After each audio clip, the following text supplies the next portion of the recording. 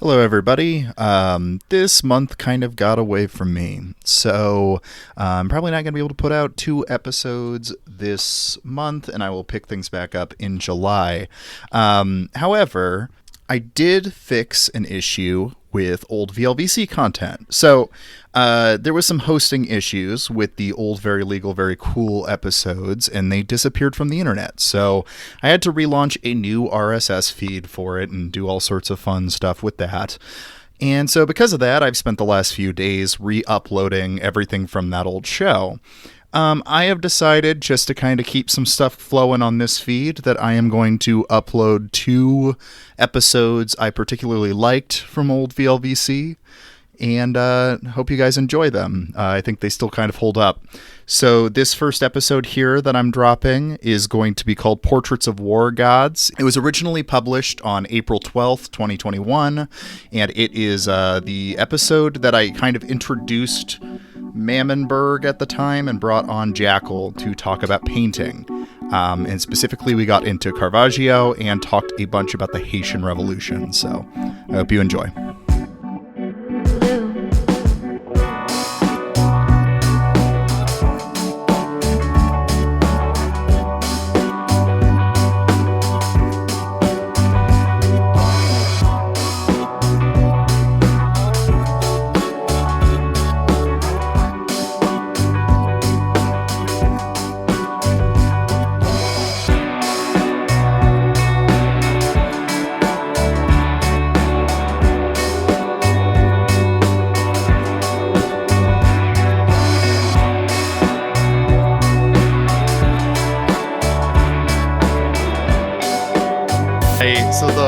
My school has been a nightmare right now.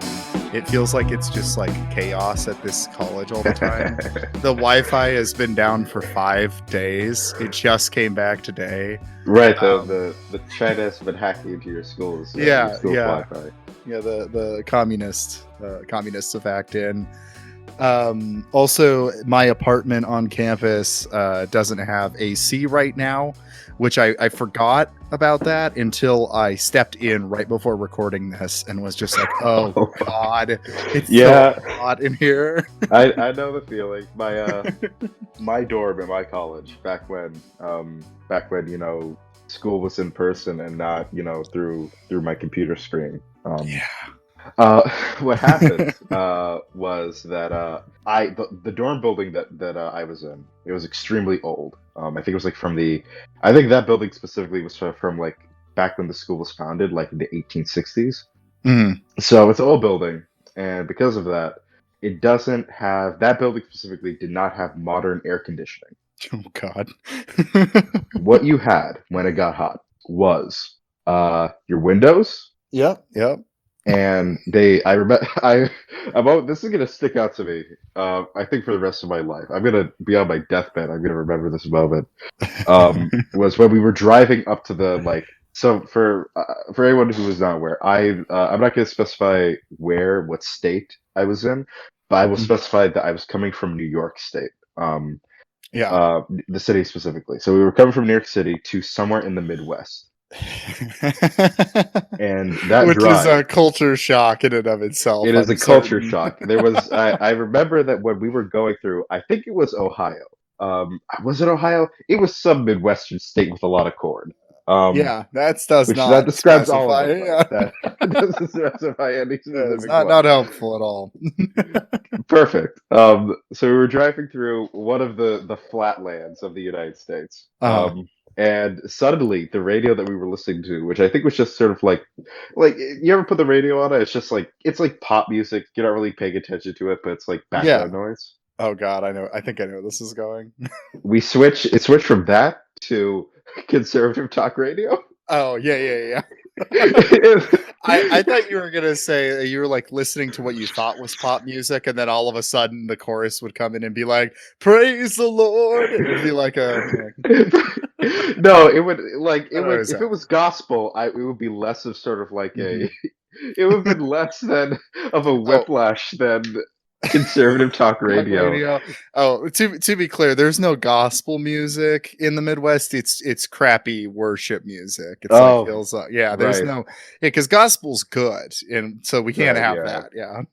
Sorry, it takes me like because for me, like when I think of worship music, that's gospel music. You That's think what of I'm thinking gospel of. music, yeah. Because like that's what I grew up with. Like Yeah.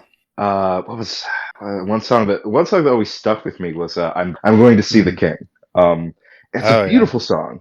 It's beautiful. It's harmonious. It's Mhm. just like when you get into it and when you're singing and it get like there's this great sense of community with the Yeah. people that you're singing it with, especially if like it's a funeral or something like that. Mhm. The song has this feeling of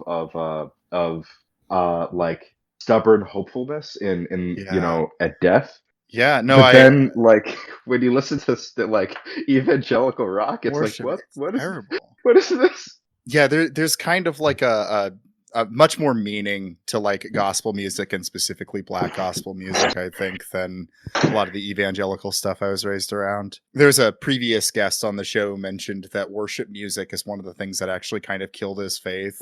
And I was going to say, you being around gospel music, that might be why you stayed the chorus. Honestly, it's actually I good think music. that's pretty right. No, I think for real though, I think that there's a kind of a I think that there's like a kind of monotony and Uh-huh. just like almost like this office space kind of Mm-hmm. mundanity to very sort of like dry standard like Mm-hmm. I don't want to say evangelical because it kind of is a buzzword, but it's very much of a particular kind of like white Christianity, I think. Yeah, no, for sure. I think you could tell the difference between the different kinds of Christian cultures that people grow up in. Yeah. Um, and I do think that being exposed to black gospel music and sort of like Mhm. black Christian culture, which is not without its own criticisms. Oh, sure. No, Um, no. I there, don't. there's Most Christianity has its issues. most Christianity, I would say, has a lot of problems, quite a bit of it. yeah. But I think that I don't know. From what I grew up with, there was something more substantial there, even with the music, than Mhm. what I can hear if you turn on like if you just throw like a standard like worship Yeah. Yeah. station. It's like her. Yeah. It's It's not. I don't know. It just kind of feels vacuous it is and empty. vacuous.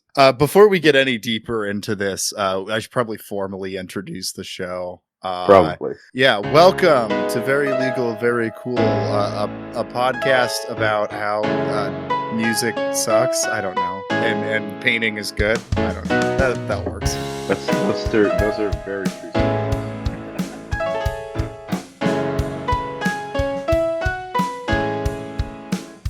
However, quite a bit since Jared has been on hiatus. So, yeah. But formality's sake, I should say. Right. Right. Yeah, right. we'll go with that. Yeah. So today I am joined by Jackal at Jackal Jester on Twitter, also fellow co-host of Mammonburg, which is beginning my slow process of secretly plugging Mammonburg on VLVC while Jared's gone. That's right. He can't stop me. So coup d'etat. This is all part of our secret ploy to coup the podcast, and I mean, technically it succeeded since Jared is not here, so in a way we already won. I guess formality-wise, I'm supposed to ask you what you're drinking, but I'm drinking water, so I'm drinking seltzer water. So we're getting crazy this episode. I don't now listen. I know that this is a little exciting, but this water has some bubbles in it. This is some spicy water here. So this is some spicy water. I know that this may be a little exciting, a little bit dangerous, but we'll get through it. Okay. I guess who are you? I didn't really prepare any questions, but I guess what's your elevator pitch of who you are? That's a very existential question, Josiah. Think about it for a bit. I guess. Who am I? No, yeah, but I mean, what you do? Illustration. You study that? You study art? I study illustration along with art history. Hmm. and creative writing. Currently, I'm interested in kind of like the politics of art and how it ties into its history. And sort of like once you sort of like look through art and its sort of relationship with politics and with like politics, religion, it's all very like intertwined, and it's interesting how there's at least sort of like I was in AP classes as a high school student, and going into art history, there's actually very little difference between standard history and art history. It's just that here you're talking about the paintings that your teacher is showing you on the screen and Yeah. what they're like, how they're related to the political context to the political and socio-economic context that they Hmm. were produced in. Um, Um, no, I really agree with the whole not much of a distinction between art history and history. And why I strongly agree with that also is because I'm finishing my history capstone for college right now. And it's history, not art history. However, my topic is religious imagery in Haiti.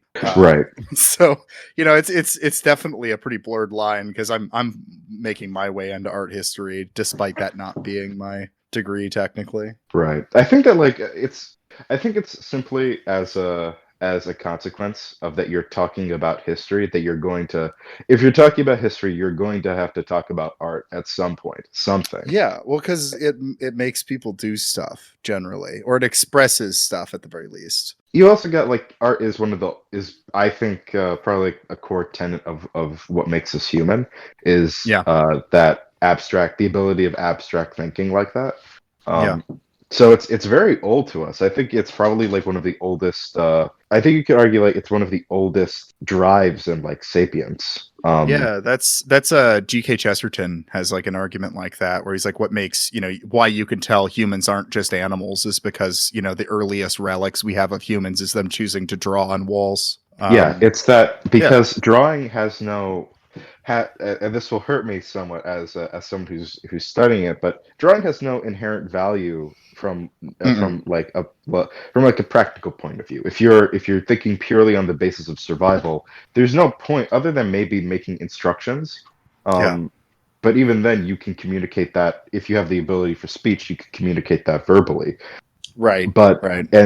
and so the ability to create something that is not for sort of like pure survival, I think shows it shows a type of behavior that you're not pure like you're it's not just animal. It's not just that you're basing it off of your survival or your group's survival. You're doing it because it gives you some type of deeper fulfillment, Yeah. and that Yeah. implies that there's a deeper thinking that's Mhm. going on inside than just base animal instinct.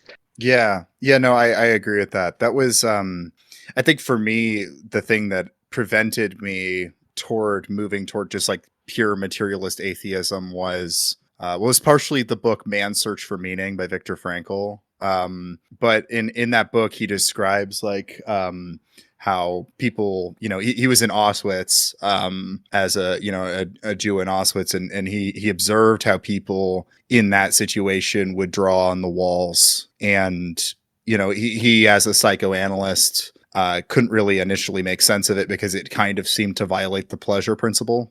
Like there was no way this, it didn't seem that sex was actually the thing motivating people in those dire circumstances. It actually was like hope and meaning, and that was Right. expressed in like art and family and whatever. But Yeah, we've got humans. We've got other stuff that drives us other than sex. I mean, sex is a big part of it, yeah, but it plays a role for it sure. plays a role. But I think that I think it kind of shows like a 19th century kind of view of human psyche.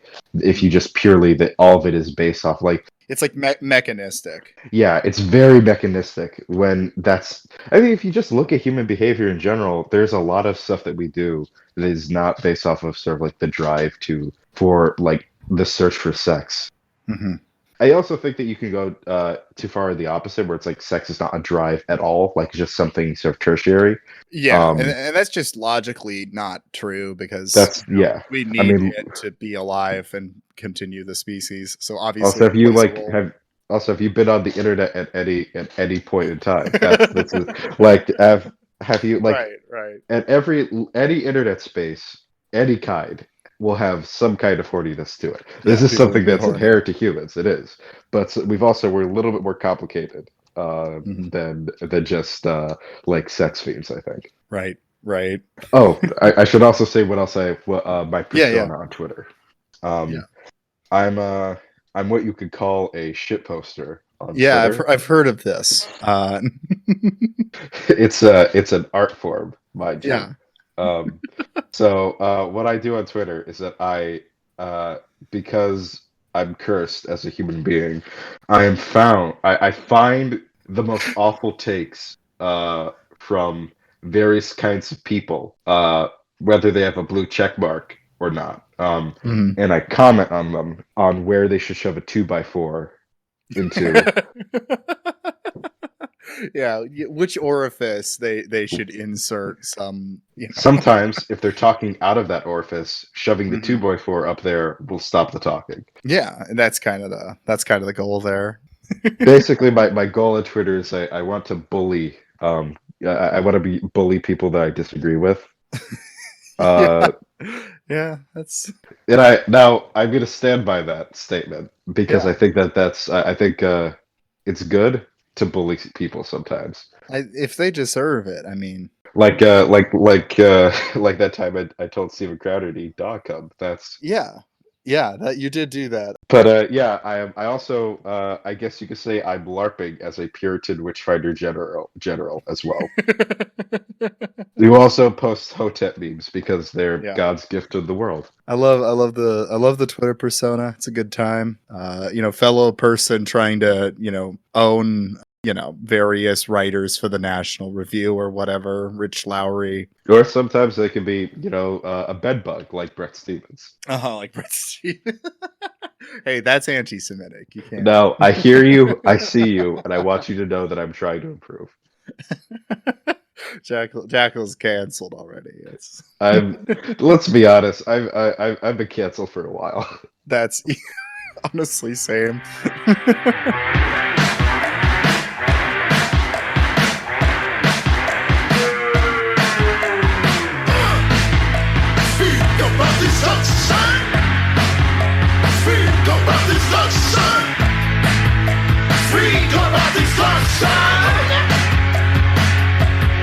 So, you want to talk about painting? Let's talk about painting. Yeah, let's talk about painting. Yeah, All let's right. do it. Let's talk about painting. Painting is really hard. It's very difficult. Okay, so I guess I'll put you on the hot seat, Josiah. Josiah, what do you know about painting? Oh, nothing about technique. A little bit about the history. Okay. It's really hard. I am. I like Renaissance painting. I like the realism of them. I like.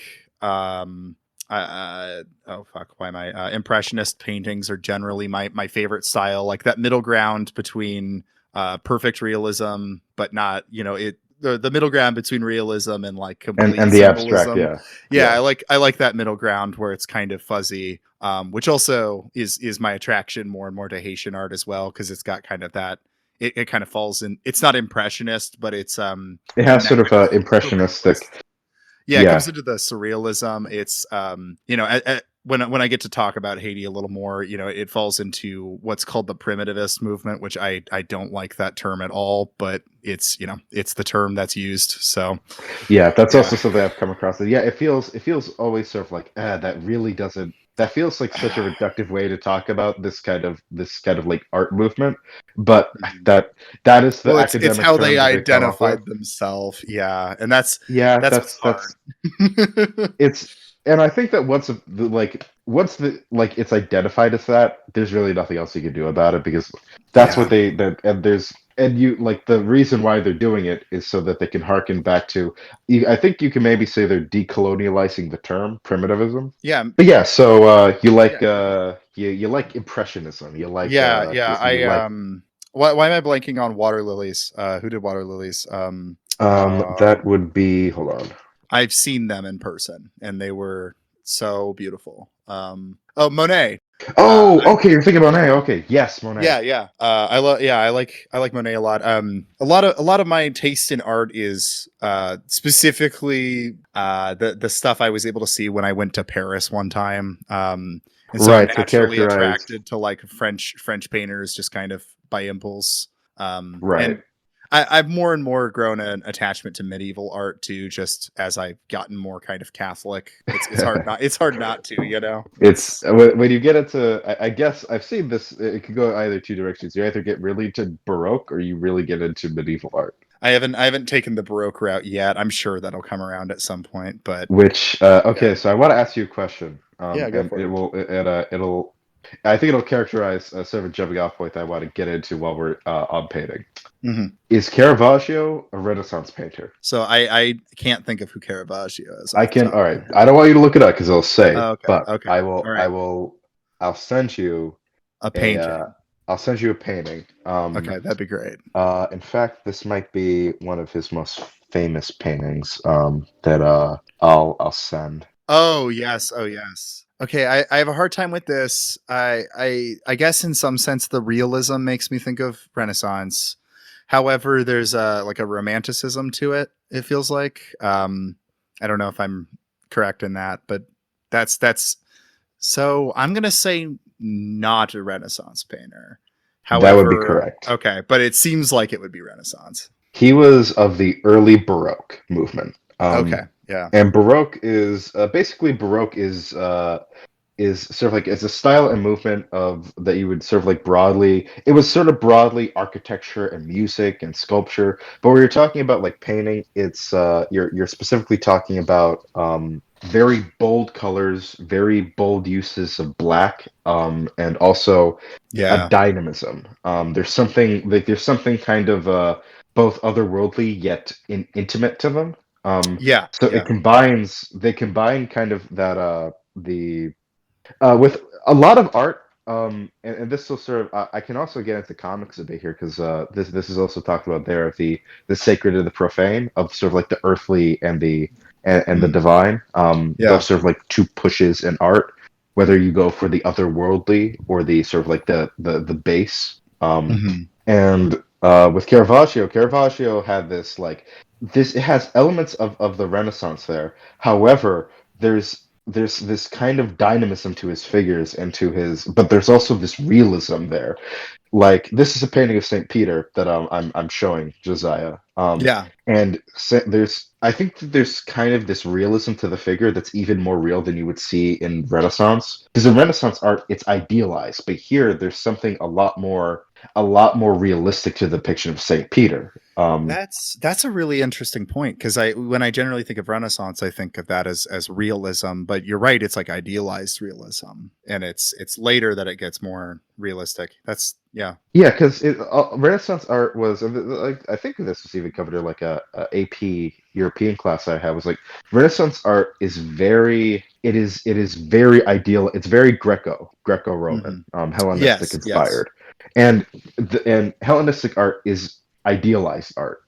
It's of the idealized figure. Hmm. So Yeah. because of that, like let's take a depiction of like the most famous piece of Renaissance art is probably like Michelangelo's David, right? Hmm. If you look at David, there's a lot like it's a fantastic piece of sculpture and of sort of like human anatomical study. Hmm. However, if you want to think like, okay, yeah, he doesn't look very Semitic. He looks very European. Right. Yeah. Yeah. In a He's lot of senses, that's where like our white Jesus comes from, is like those Renaissance yeah, paintings, right? Yeah. is from Renaissance. Like these figures do not look very they don't look very Semitic. Uh, Mm. David is uncircumcised, which he definitely would not have been.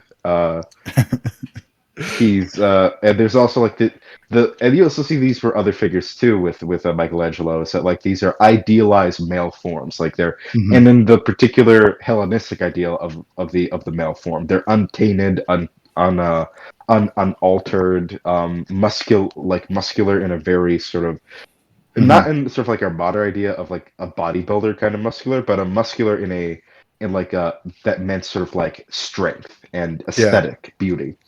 Yeah.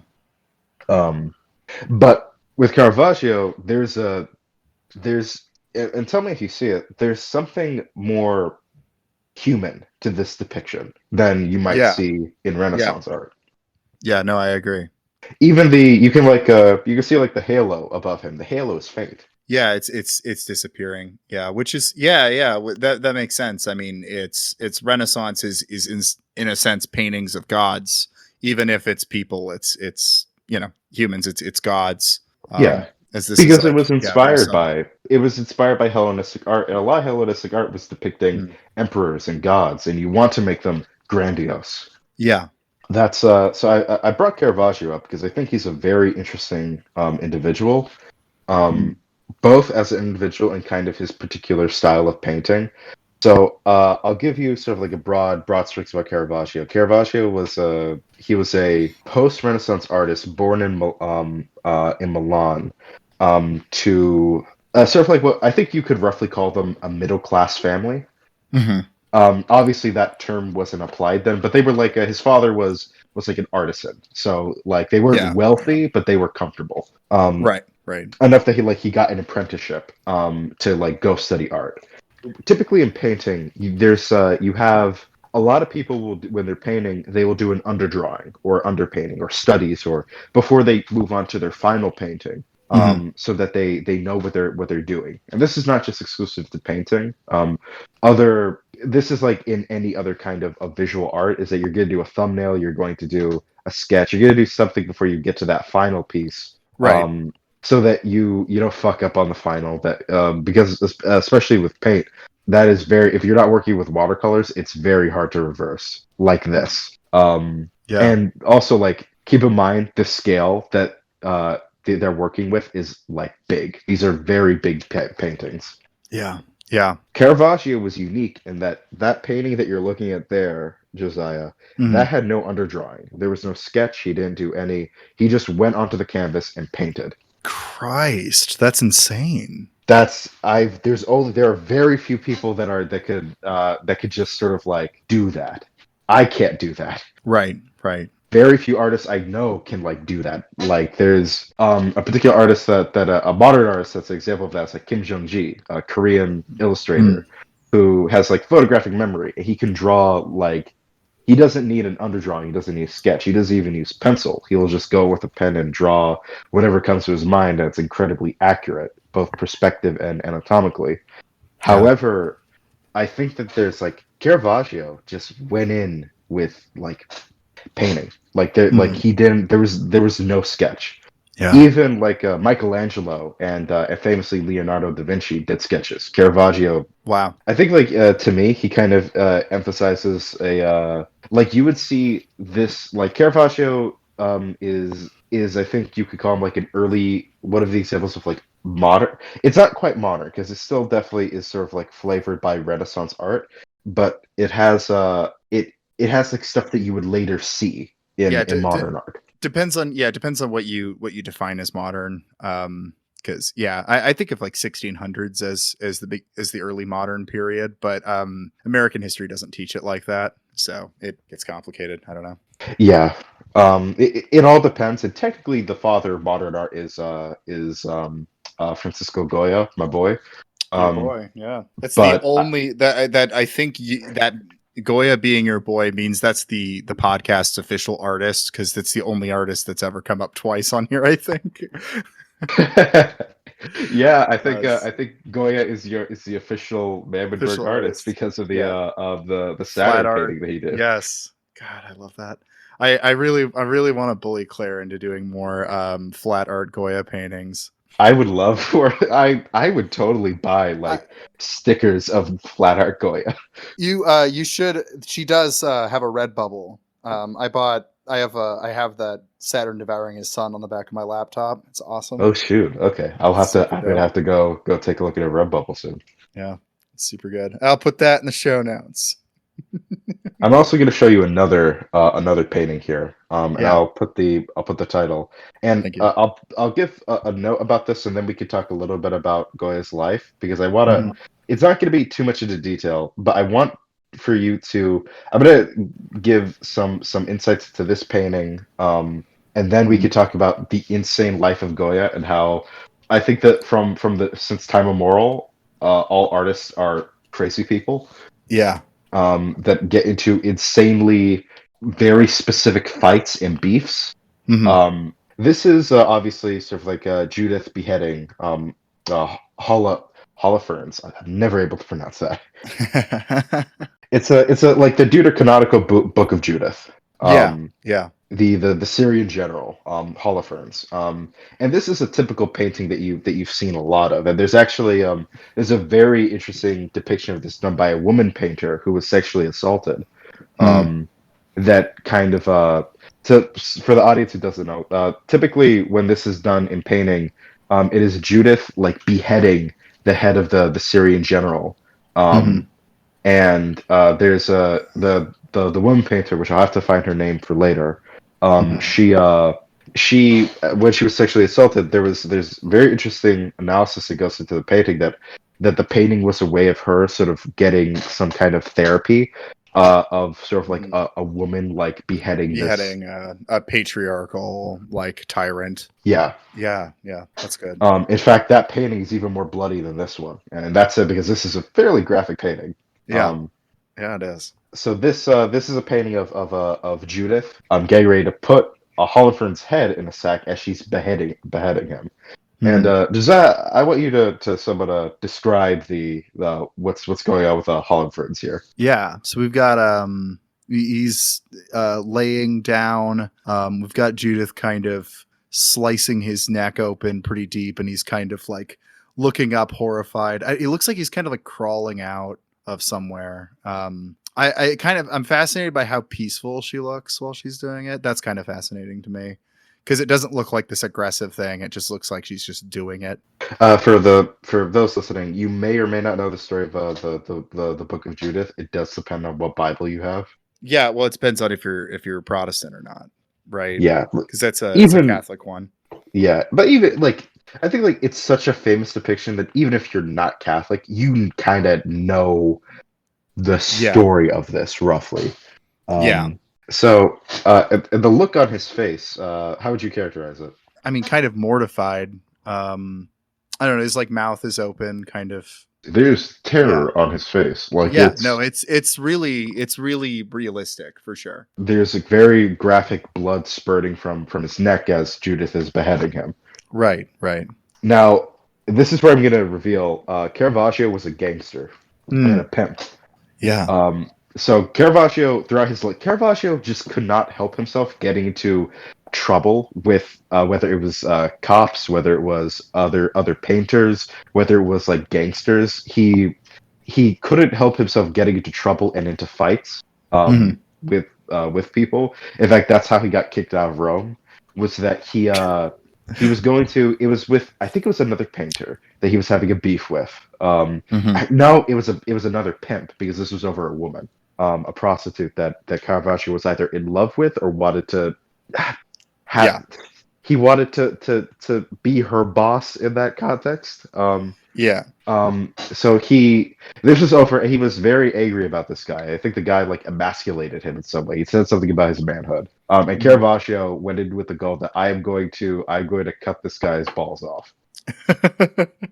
Which actually, researching, I found out that was a fairly common attempt by people in like street fights. Is that you try to like aim for the groin? Yeah, yeah. I mean, you do a lot of damage. You do. It's humiliating. The issue was that Caravaggio hit his artery, Oh God. so he bled out. He bled to death. So Caravaggio Jesus. killed him.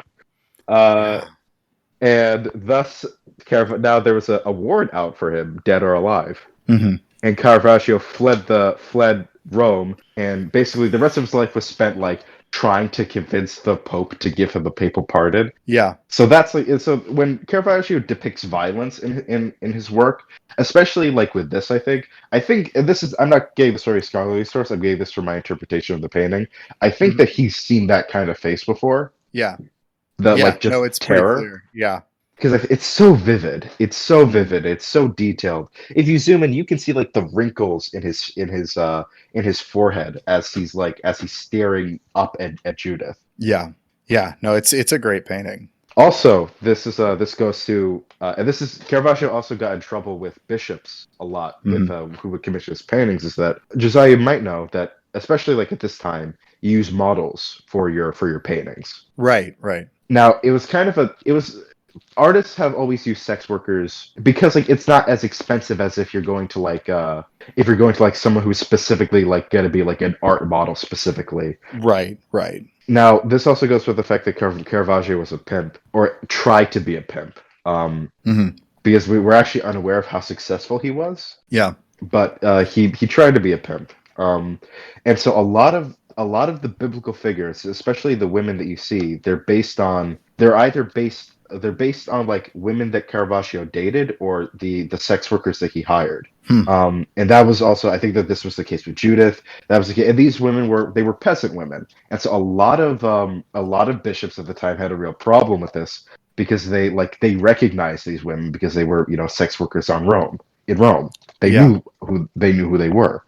Because especially at this time, I think this is during the Counter Reformation. Right. This is the Jesuits, or if we're going to be quite honest about the Catholic Church at the time, a lot of those bishops probably knew who these sex workers were because they hired them in the past. I know that's somewhat spicy. However, if you're looking historically, a lot of bishops had kids. Yeah. This might get me canceled on Catholic Twitter. However, However, that's like. Well, I mean, there's a reason they needed a Counter Reformation. Yes, right? There's a reason they were. Yeah. There was a reason. They were actively trying to take steps to try to try to fix the issues that were cropping up that had caused the Protestant Reformation. Right. But that was the case with Caravaggio. And I think a particular painting that got him in deep trouble was when he depicted the Virgin Mary, and the model that he used was a well-known sex worker in Rome. Oh wow! And that got him expelled, I believe, because of the nature that you couldn't just do that. Like you were depicting the Virgin. Even like some of the most like corrupt officials in Rome would be aghast that you would do that. Right. Oh, yeah. Yeah. And I don't think, in my opinion, I don't think that this comes from. I think Caravaggio was sort of like, he was a Catholic. I think he did believe, but I think that he was trying to do something with his work. He wasn't paying attention to historical accuracy, clearly, as you can see, because none of these people would be wearing what they're wearing in these paintings. Right. This looks like it occurred in 1600. Yeah, this looks like it occurred when Caravaggio was alive, not in late antiquity in the Levant. Right. But it's because of that Caravaggio, I think you could say, he was more like interested in depicting human emotion and human action in situations like this, which is why like when there's a deeply personalistic touch to all of his figures. Yeah, that's kind of roughly my spiel on that. There's so much more I could go into Caravaggio. No, like that time that he got kicked out by the Maltese Knights, or that time that he also tried to kill a guy, or that time that he got horribly scarred outside of a brothel. Or that time that he threw a plate of artichokes at a waiter and called him a cuck. Well, to find a way to tie this into where we're like some other stuff we're going to get into. I think the theme that this kind of brings up is kind of the choice to the political side to religious art. That like the choice of using sex workers to what you have the model of a sex worker beheading a patriarch. You have the Virgin Mary depicted as a sex worker, not explicitly, but kind of implicitly, and I guess that's kind of the interesting theme of like painting and art is it's deeply caught up in the politics and the religious politics of the time. Mr. Painter, I do my crappy art, but I see what's in your eyes and I know what's in your heart. I have to go now, the cops are on the way, and I haven't got a license, but I've got a lot to say. All right, the Goya. Yes, Goya. Right. Don't give up on your dreams now. So, let me go through briefly about Goya. So Goya is probably one of the most important, I think the most important artist, not the most important, but one of the most important artists of the modern period. In fact, I think you could very easily call him the last of sort of like the old artists and the first of the new. He employed techniques and depictions and styles that have aspects of both. Aspects of he. You wouldn't call him an impressionistic artist. He was like it was romanticism, but romanticism would feed into impressionism. Yeah, because I mean, looking at his work, even it's got like a fuzziness in a sense. Like it's both. It's moving away from the realism. It's still realistic looking, but there's kind of there's kind of an expressive nature to it. It looks like. So, all right. So Goya was born in Aragon, Spain, in March 30th, 1746. His family was, again, you probably call them his mother had like pretentiousness. His mother's family had pretentiousness to nobility, but they weren't like an official noble family. They had their own crest. Like basically, I like if we're gonna put it to Marxist terms, you might call them petit bourgeois. Yeah. So because of that, despite like you could probably call him like upper middle class if we're going into that kind of language, and because of that, he was able and because of the pretentiousness to nobility, he was able to get an education at that time. Goya was probably an example that, despite coming from a family that was sort of like had these desires of being sort of more upper crust, of being more part of the aristocracy. Goya himself was, it was remarked that he was very down to earth. He wasn't interested in like theology. He wasn't interested in philosophy. His views on painting were very practical. Yeah. But he was very interested in politics. Interesting. And particularly the politics of the Enlightenment. Okay. Like reformism, enlightened absolutism in some aspects. Like republicanism. Liberalism. Like everything that came out of the Enlightenment, Goya was down for. He loved it. Yeah. But it was also because of his. Now to go with the biography, he went to study under the painter Jose Luzon, who was another Spanish. He was a Spanish Baroque painter when he was 14. And I guess I should also give a brief aside that this was a very common piece of for most artists, is that they did go to. Most artists were apprenticed to other artists. Basically, how it would work is that you would. I know for Caravaggio, it worked that he lived in the studio with his master, you would say, as master, like he basically, like it's kind of like paying tuition. His like he would feed you. He would like basically it was a home away from home. While he was teaching you how to be an artist while you're helping out with sort of like the practicalities of the studio. Yeah. So that's Goya studied with Jose Luzon, where he copied stamps. He did that for 4 years until he wanted to go work on his own. He was chomping at the bit to like do his own paintings, and so he did studies of famous painters, particularly of painters of Spanish royalty. That's a job that he wanted to land, to be a court artist. That was a very lucrative position because that was you would make quite a bit of money from that. To be the in-house court painter. Basically, Goya wanted to go study it in Italy because Rome was like the culture capital of Europe. Right. And Spain didn't really have any coherent artistic direction, and Goya wanted to be classically trained. Goya did not get a scholarship, so he had to basically pay his own way to get to Rome. He was an unknown, and because of that, he basically had to wait. I think a lot of college students can sort of relate to this, is that once he got there, it was like, well, okay, I guess I got to find a way to make a living here while I'm doing my studies. So he was unknown. We know that there probably wasn't a lot of commissions for him, especially that he wasn't getting a lot of his work wasn't recognizable. He was still sort of growing as an artist, so he wasn't really getting a lot of commissions. So he would travel with there's biographers would have him traveling to Rome with a gang of bullfighters.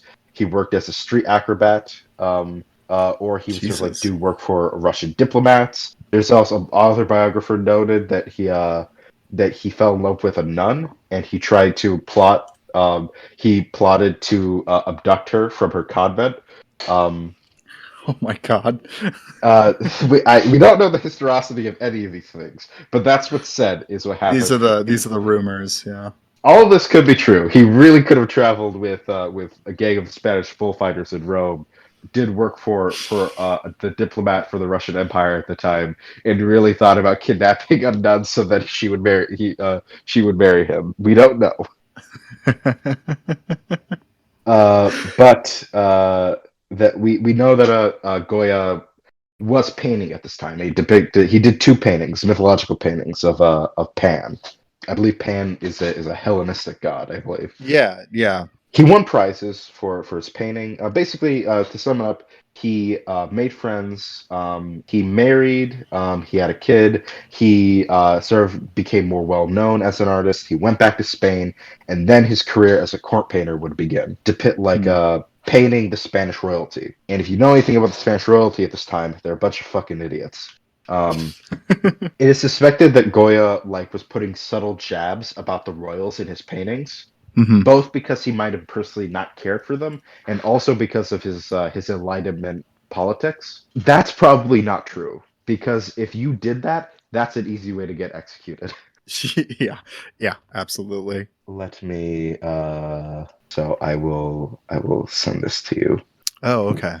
So something that you'll notice with this painting is the brush strokes. They're very soft and very and the brush strokes are very soft, and he uses, and this is throughout his entire career, Goya uses a lot of warm colors in his Yeah, yeah. paintings that gives it a very a familiarity to them. Mm-hmm. Yeah, so part of, if I remember correctly in this painting, there's been interpretations that, okay, actually, I'll just read off this thing on Wikipedia that says it better than I can.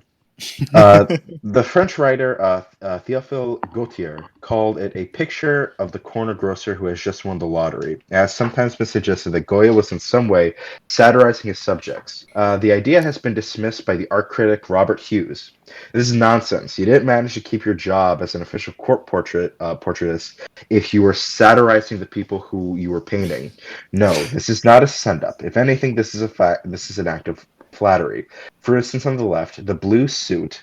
In the blue suit is one of the most odious little toads in the entire history of Spanish politics. The future king Ferdinand, whom Goya actually manages to make quite regal. God knows how he did it, but he has. This is a very much an aspect of respect, almost verging on the act of flattery. So That's great. I tend to agree with Robert Hughes here that Yeah. this Goya would not look. You can put there are pieces that are satirizing royals and politicians throughout history. We know they exist because they've survived. However, you would not keep your job as a Spanish but you would not keep your job as a court artist if you try to satirize your subjects. No, no. So these were the paintings that paid the bills. And Goya was also, in addition to being a painter, he was a printmaker. And to me, his prints, and this will allow, the piece I'll show you kind of shows another aspect of Goya's art, is sort of a fascination with the macabre. This is called the garroted, the garroted man. And something that we see, this is a print. So you see that the line work here is very light. It's very light, and it kind of gives it this dream kind of quality to it. Yeah. And it's depicting a man clutching a crucifix as he's being garroted. Basically, like he's sat down on a pole, and he's being garroted by the neck while there's a candle lit by him. Yeah. And this is kind of a trend that Goya will have, is this kind of interest in this sort of back and forth interest in the macabre and sort of like what paid the bills. And you always see this with some, like, this is kind of what in modern terms you would call personal art and art for work. However, I do believe that the garroted man might have been paid. I'm not sure about that one. Yeah, so you can see like this etching it's very bleak. And you'll see this come in later once the Peninsular Wars start. The Peninsular Wars were Napoleon. And this sort of ties into Goya goes through a depressive episode because obviously the French Revolution happens. Yeah. And basically, Goya basically gets dejected from politics because he sees like the politics that he was in love with, the Enlightenment politics, in his view, basically caused a whirlwind of violence. A Yeah. whirlwind of violence and chaos that spread to his home and caused like unimaginable death and pain. Hmm. And so for him, like he became completely dejected by them.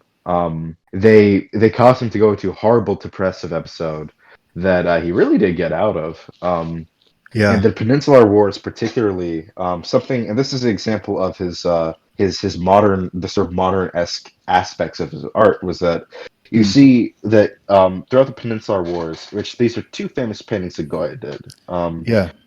The 3rd of May, 1808, and the 2nd of May, 1808. And they both depict. So the 2nd of May, 1808, depicts a victory by the Spanish against the French. Yeah. So just sent that to you. Hmm.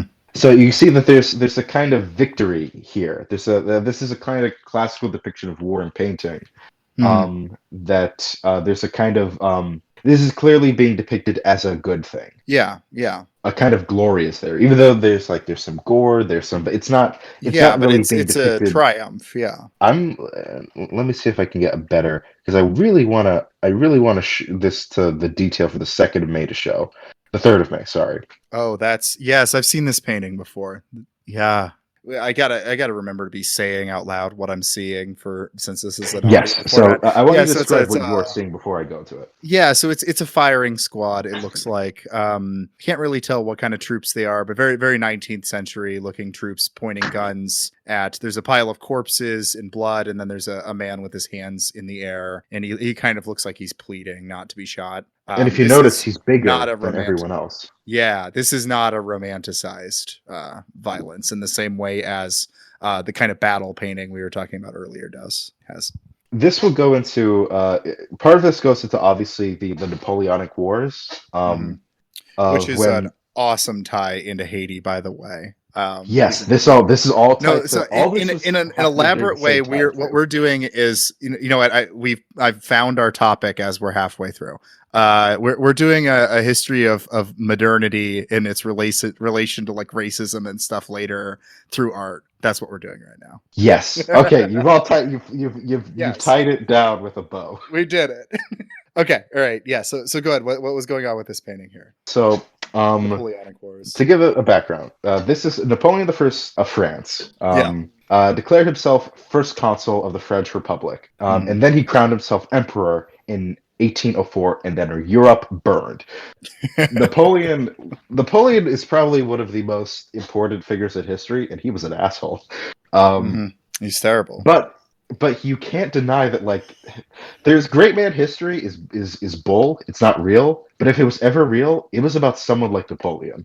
Yeah. Well, yeah. And maybe there's an element of great man history that's true, but should be seen in kind of a dark light. That it, like the great men of history aren't like good by any means. I think of Crime and Punishment. Kind of plays with the whole great man of history thing where the protagonist, I'm blanking on his name, he kind of identifies as a great man of history, and that's his justification for murdering someone. Right. He's like, I'm the next Napoleon, Because, like, think about the great men of history: Caesar, Alexander, Genghis Khan, Napoleon. All of these people, objectively, are bad people. Yeah. These are bad human beings that have done personally awful things to people and have committed atrocities, but they permanently changed the face of the world. Napoleon did change politics. Like, modern politics, modern culture would not be the same if Napoleon didn't exist. Yeah. But so he crowns himself emperor in 1804, and this is important to note. He was not crowned emperor,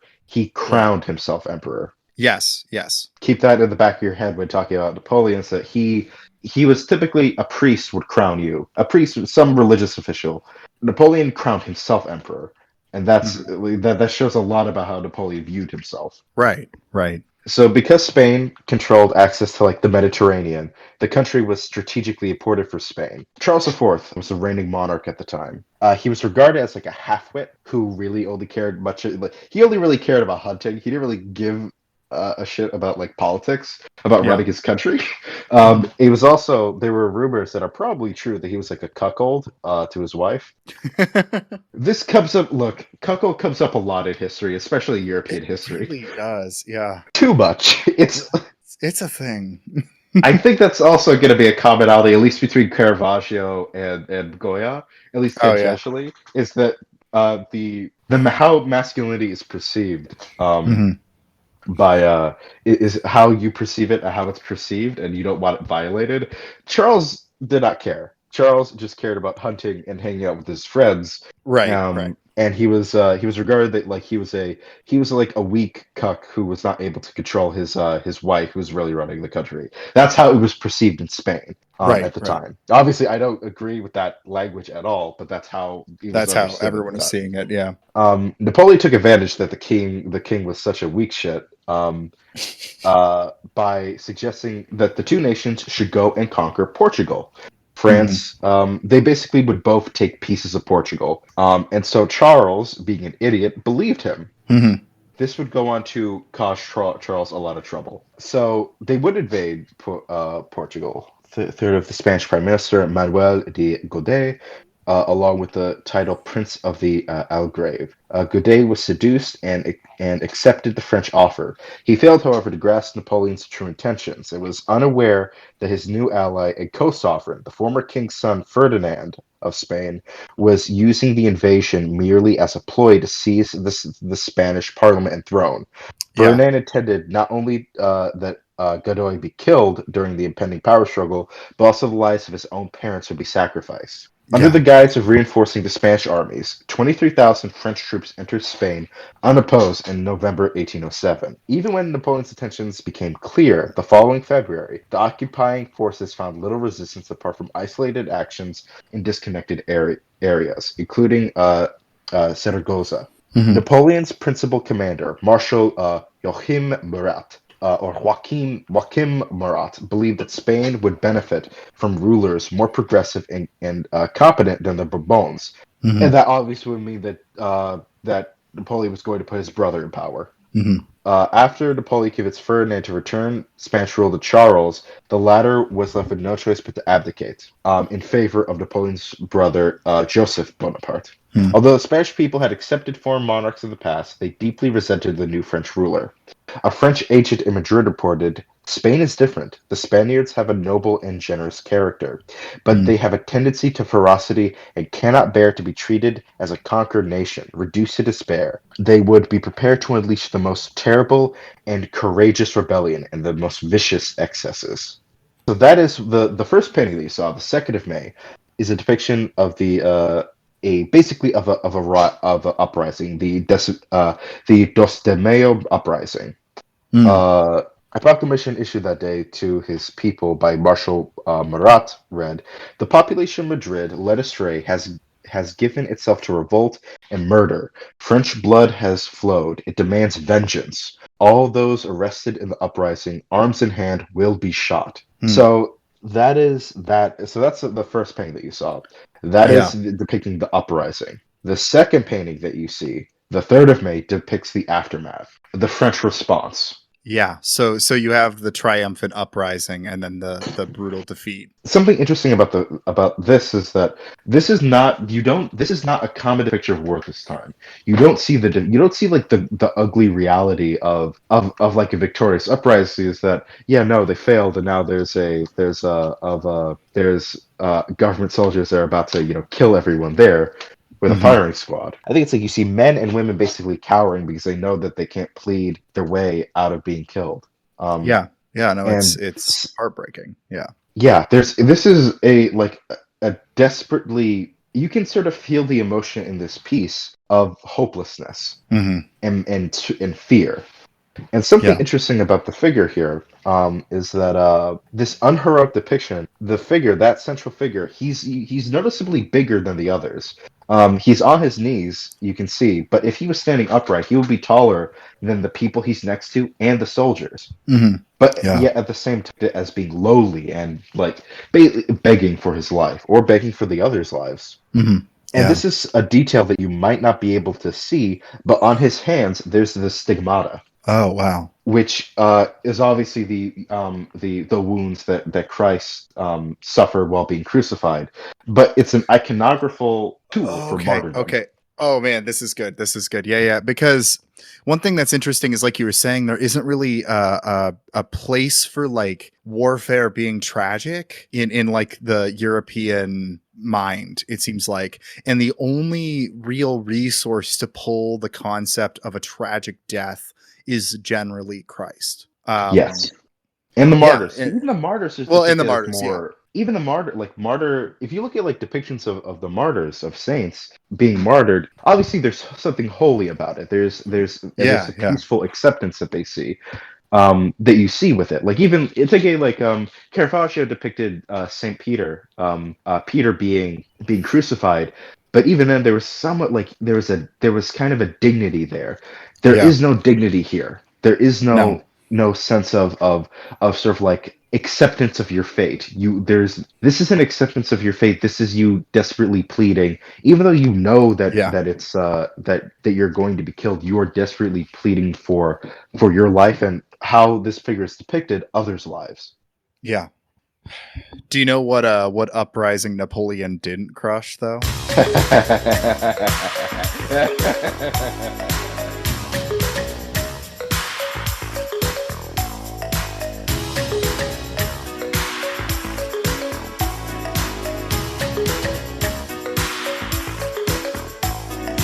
Too bad. Yeah. So yeah, this is fascinating because as we've been talking about all this painting, and this is a thing that's a problem with how we talk about history, I think, as a whole, is while all this is happening, the most brutal colonization of the New World was taking place. Like when we were talking about Caravaggio, at that time, Hispaniola is being subjugated, and black slaves are being brought over from West Africa, and it's kind of a troubling reality that I think we look at like it with kind of a romantic eyes to what's going on in like 1600s or whatever. Yes, it is ahistorical to view the 1600s as anything other than an incredibly bloody, turbulent time. Yes, and it only gets worse with kind of what you're saying Yes. about Goya bringing, Goya being terrified at how liberalism was bringing this violence. Right. And as far as we know, Goya did not become like a reactionary absolute monarchist. No, but it would be a troubling time. Like, so on the island of Hispaniola at this time in the Caribbean, as you may know it as Haiti now, the French colony called Saint-Domingue is broken into an uprising. There is a lot of disagreement on exactly how this happened. There's usually a talk of a voodoo ceremony called the Bois Cayman. I might be mispronouncing that. Although, we don't know to what extent that's exaggerated, but essentially A lot of the early parts of the Haitian Revolution is shrouded, and we don't know. And especially when you're talking about voodoo, there's a lot of like colonialism that goes around like talking about voodoo. Even not even just colonialism. I'll say that I'm of Caribbean descent, and there's a lot of there's definitely so like my dad's talked about that like voodooistic practices even among other Caribbean peoples is looked down upon. Yeah, voodoo's complicated, and It's very complicated. we'll get into this a little bit because I've We'll get been into it, but reading yes, a go lot on. about voodoo. Yeah. Set us up. Set up the. Well, it's While hard. Goya is seeing his home country being just completely destroyed, hop over to the Caribbean on the other side of the world. And we don't know exactly what triggered it. It's just on one day in 1791. A slave colony, Saint-Domingue, all the slaves decided to brutally murder their masters and set the plantations on fire. And yes, this they did. Swept the entire island. It is maybe the most important historical event in modern history, and it doesn't get talked about enough. This is the white colonist worst nightmare. Yes, it is. This shaped American foreign policy. At the time they were watching this as a fresh new slave, country, watching like what happens. And not to blame what happened on poor management from the colonists, but there's an element of this was bound to happen. I wonder if I could find the ratio of slave to white I do know that on that it was Haiti. it was the percentage, it was drastic. So I found the ratio. This is from Faces of the Gods, great book on voodoo and Haitian history. But yeah, at the time of this is like the 1780 census. So this is 11 years before the revolution. There were 40,000 French Europeans in Haiti. There were 28,000 of like the mixed race and 452,000 slaves. So that is 10 times. That's ridiculous. Yeah. So actually one of the first history to ever be written about Haiti, the Haitian Revolution, was not who we generally think C.L.R. James, who's the Marxist who wrote the classic that everyone should read, The Black Jacobins. But the book before that was actually done by a white supremacist. Of course. And the reason he's writing about this is because this was his worst nightmare, and that's why he was studying it. And his takeaway was that like slavery is the most inefficient form of white supremacy because this happens. It'd be Lothrop Stoddard. He is a contemptible member of the KKK, and I hate that I had to read sections of his book for my research, but alas. I mean, that's pretty funny. That's pretty funny. Guys, slavery was bad. Is you would think, oh yeah, that's a good take. That's fine. But then you find out, oh, it's bad because it's not an efficient way to enforce white supremacy.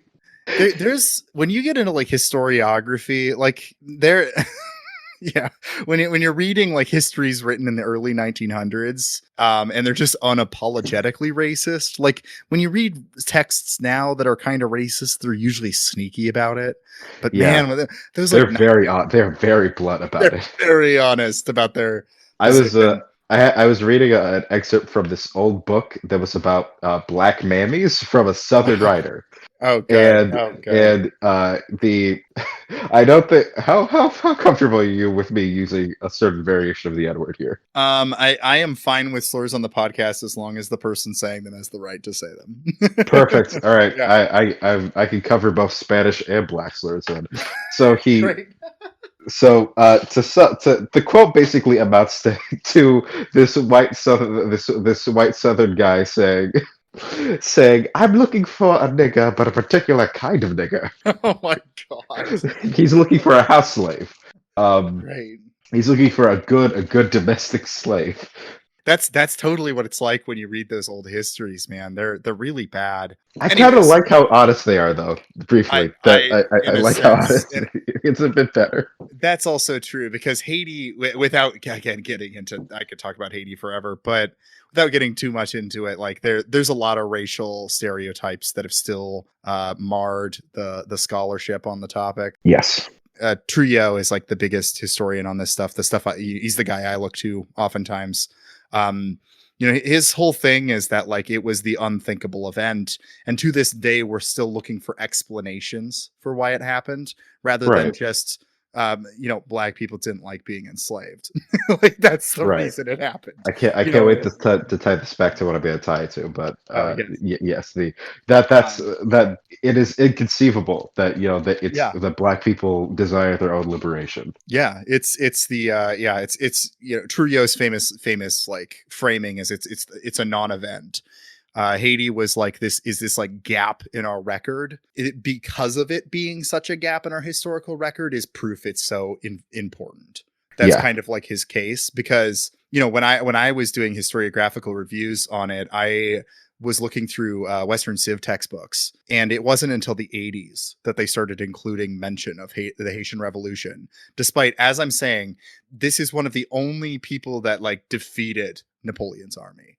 Like this was a huge deal when it happened. And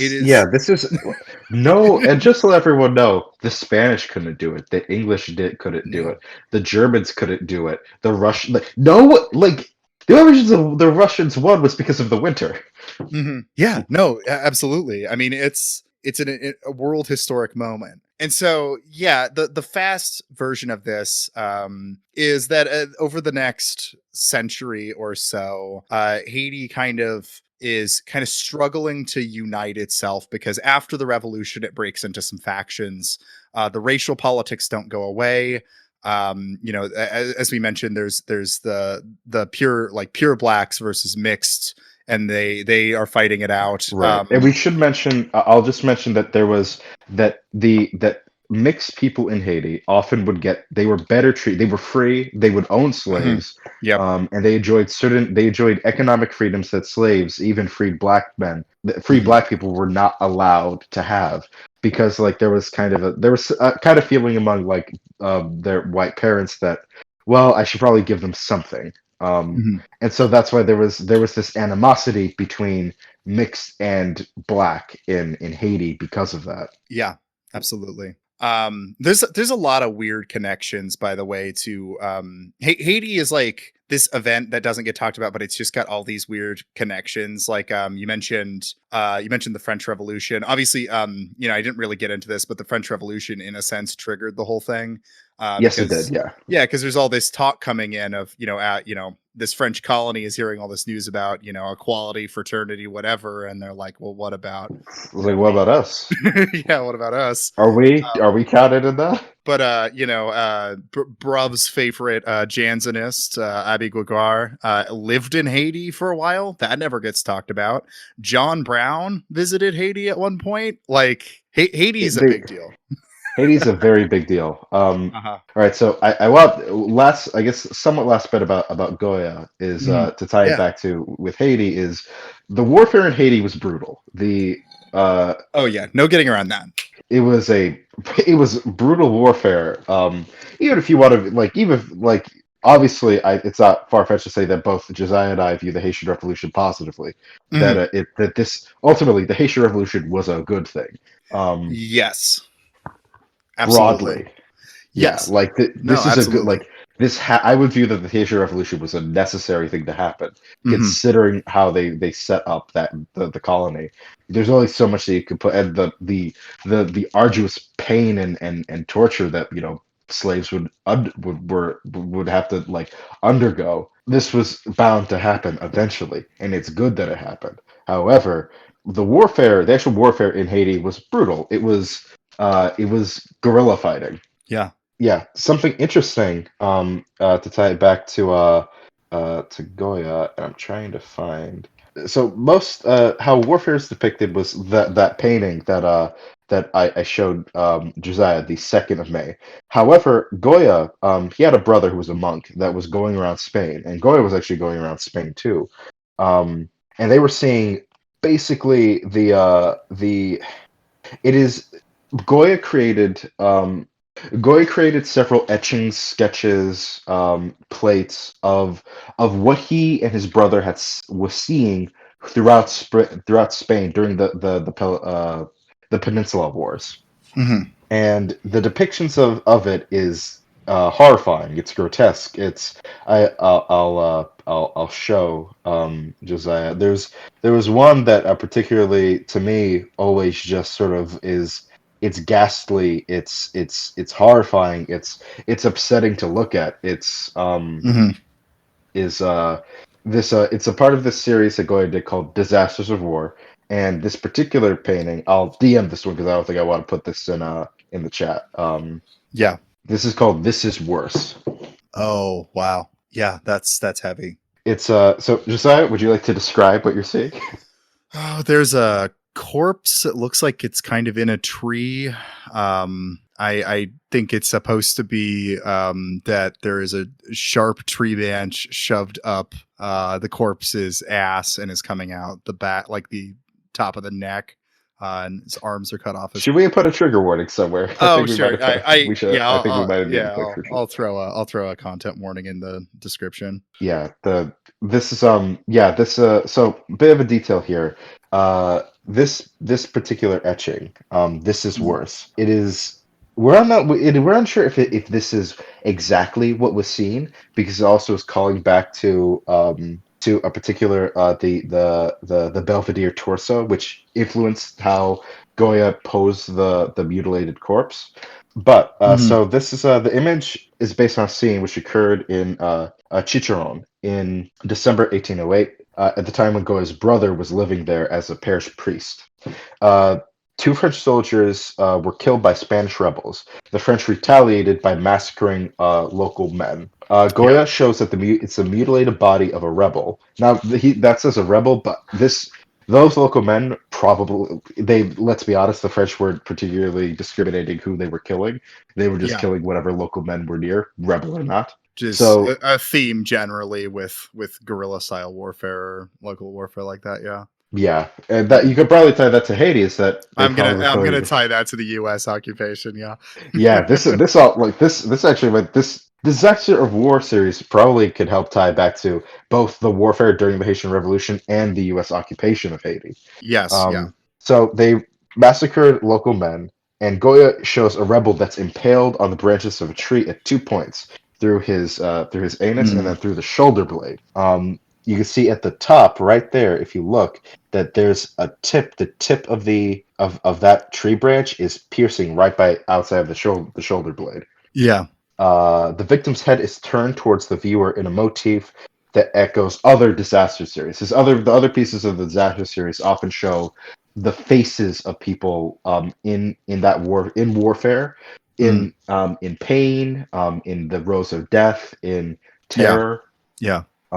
It's a motif that shows that is sort of like his main thing. That you're forced to look at the horror that's happening. Yeah. There's like you can't no matter where you look on the figure, there's no way that you can't see the reality of what's happening. Yeah. His right arm has been chopped off at the elbow. In the background, you can see that there are French soldiers which are continuing to kill people while this man is, while the corpse is sort of like lying on the tree. Mm. There's scholarly. This is why the content warning is important. There's scholarly undertone. There's scholarly consensus that there are sexual undertones to this. That the victim Yeah. was raped before he was killed. Yeah. The figuration. So the figure is based on that Hellenistic fragment of a male nude. And so something interesting that Goya has done here is that he's taken a sort of classic Hellenistic piece and he's turned it on its head, depicting basically the nightmare of war, of what Yeah. happens to us. Like, for as far as we know, that this was a civilian that was just that was taken in the throes of death. Hmm. In the throes of sort of like revenge against rebels, that the occupation just blindly murdered these people. And you also see that there's this other one here. I'm going to show Josiah. There's no painting, there's no etching in the disaster series that's not graphic. Yeah. No, they're pretty horrifying. This one has a bit of an irony to it called a heroic feat with dead men. Oh my God. So you see, like the disaster series is you could probably call it this is both a combination of journalism, I think, of depicting the reality of what is happening at Yeah. that time, and also satire, with some of them, of how Europeans viewed how European art viewed war versus the reality of it. And obviously to Goya, there was no after that Goya in no way could like glorify war after he can't like Yeah. everything in this through this series is depicting like just horrifying like depiction of what happens when an occupying army occupies a country. You Yeah. show Josiah another one. This is similar to that garroted one that I showed him earlier. Mhm. This is a garroted priest grasps a crucifix in his hand with the chest. Basically, he's pinned to his chest is a description of the crime for which he was killed: possession of a knife. Mhm. Yeah. And then I'll end it with this one, which shows. I believe that this is a rebel chopping off a French about to chop off a French soldier's head as he's being held down by other rebels. So obviously Goya would have had his sympathies with the rebels, but even here he's not depicting this act of violence by the rebels as heroic, right, Josiah? Like what do you see? No, Actually, yeah. I should be speaking for you. How do you interpret that? Yeah, you're correct. It's I don't know. There's a sober realism, I think, to this stuff where it's not, it's not portraying violence as inherently romantic by any means. Yeah. So I guess well, I'll leave that off with Goya Yeah. and get back to Haiti. But I want to briefly touch on the Disaster of War series because I think that this depiction of that violence of occupation is very important, especially when you're getting to what Josiah is going to get into, which is the U.S. occupation of Haiti. Yes. Before I head off that direction, I have Black Jacobins by CLR James in front of me here. And I was thinking of this when you were talking about it, where he does not shy away from the graphicness and detail, despite him romanticizing it at the same time, which is a really fascinating decision on James's part. This is the OG, history of the Haitian Revolution. And he writes, I'm not going to read all the descriptions, but the quick thing is he goes, from their masters, they had known rape, torture, degradation, and at the slightest provocation, death. They returned in kind. And then he goes on to say, and yet they were surprisingly moderate then and afterwards, far more humane than their masters had been or ever would have been. And my favorite CLR James thing is this is like a second or third edition. He has a little note there, and he says, "This statement has been criticized. I stand by it." CLRJ. Yeah, no, I'll fully agree with that. I'll melt down your walls. I'll melt your steel guns. I'll make you dumb. I'll make you blind. Them dollars and demons. Them dollars and nations. Them dollars and fire. Them dollars and water. 40,000 whites, 400,000 blacks. Like And these were not innocent. these are not, and these people. This is what happened if a black slave got out of line. They would be whipped. They would be beaten. The work that they had to do was sugar. These were sugarcane slaves. They were like, if you want to cultivating sugarcane is not easy. It is pain. It is a struggle. They were dealing with dull machetes. They were dealing with the sugar and the sugarcane getting into their wounds. They were dealing with the process of not pulping the sugarcane, but like getting into something that will actually be made into sugar. That process would mutilate you, like your hand. Yeah. Many slaves were mutilated because of that. Mutilation was a punishment. Other punishments would be genital mutilation, rape, the separation of your children. This is the reality that slaves would go under, and many of these slaves, the Caribbean slavery was so brutal that they had to continually bring in new slaves from Africa because there were not enough slaves to reproduce. That was not necessarily the case with Haiti. Haiti did have generations of blacks who were there, but they were still bringing new slaves because because more slaves were dying because of that, because they view them as disposable property.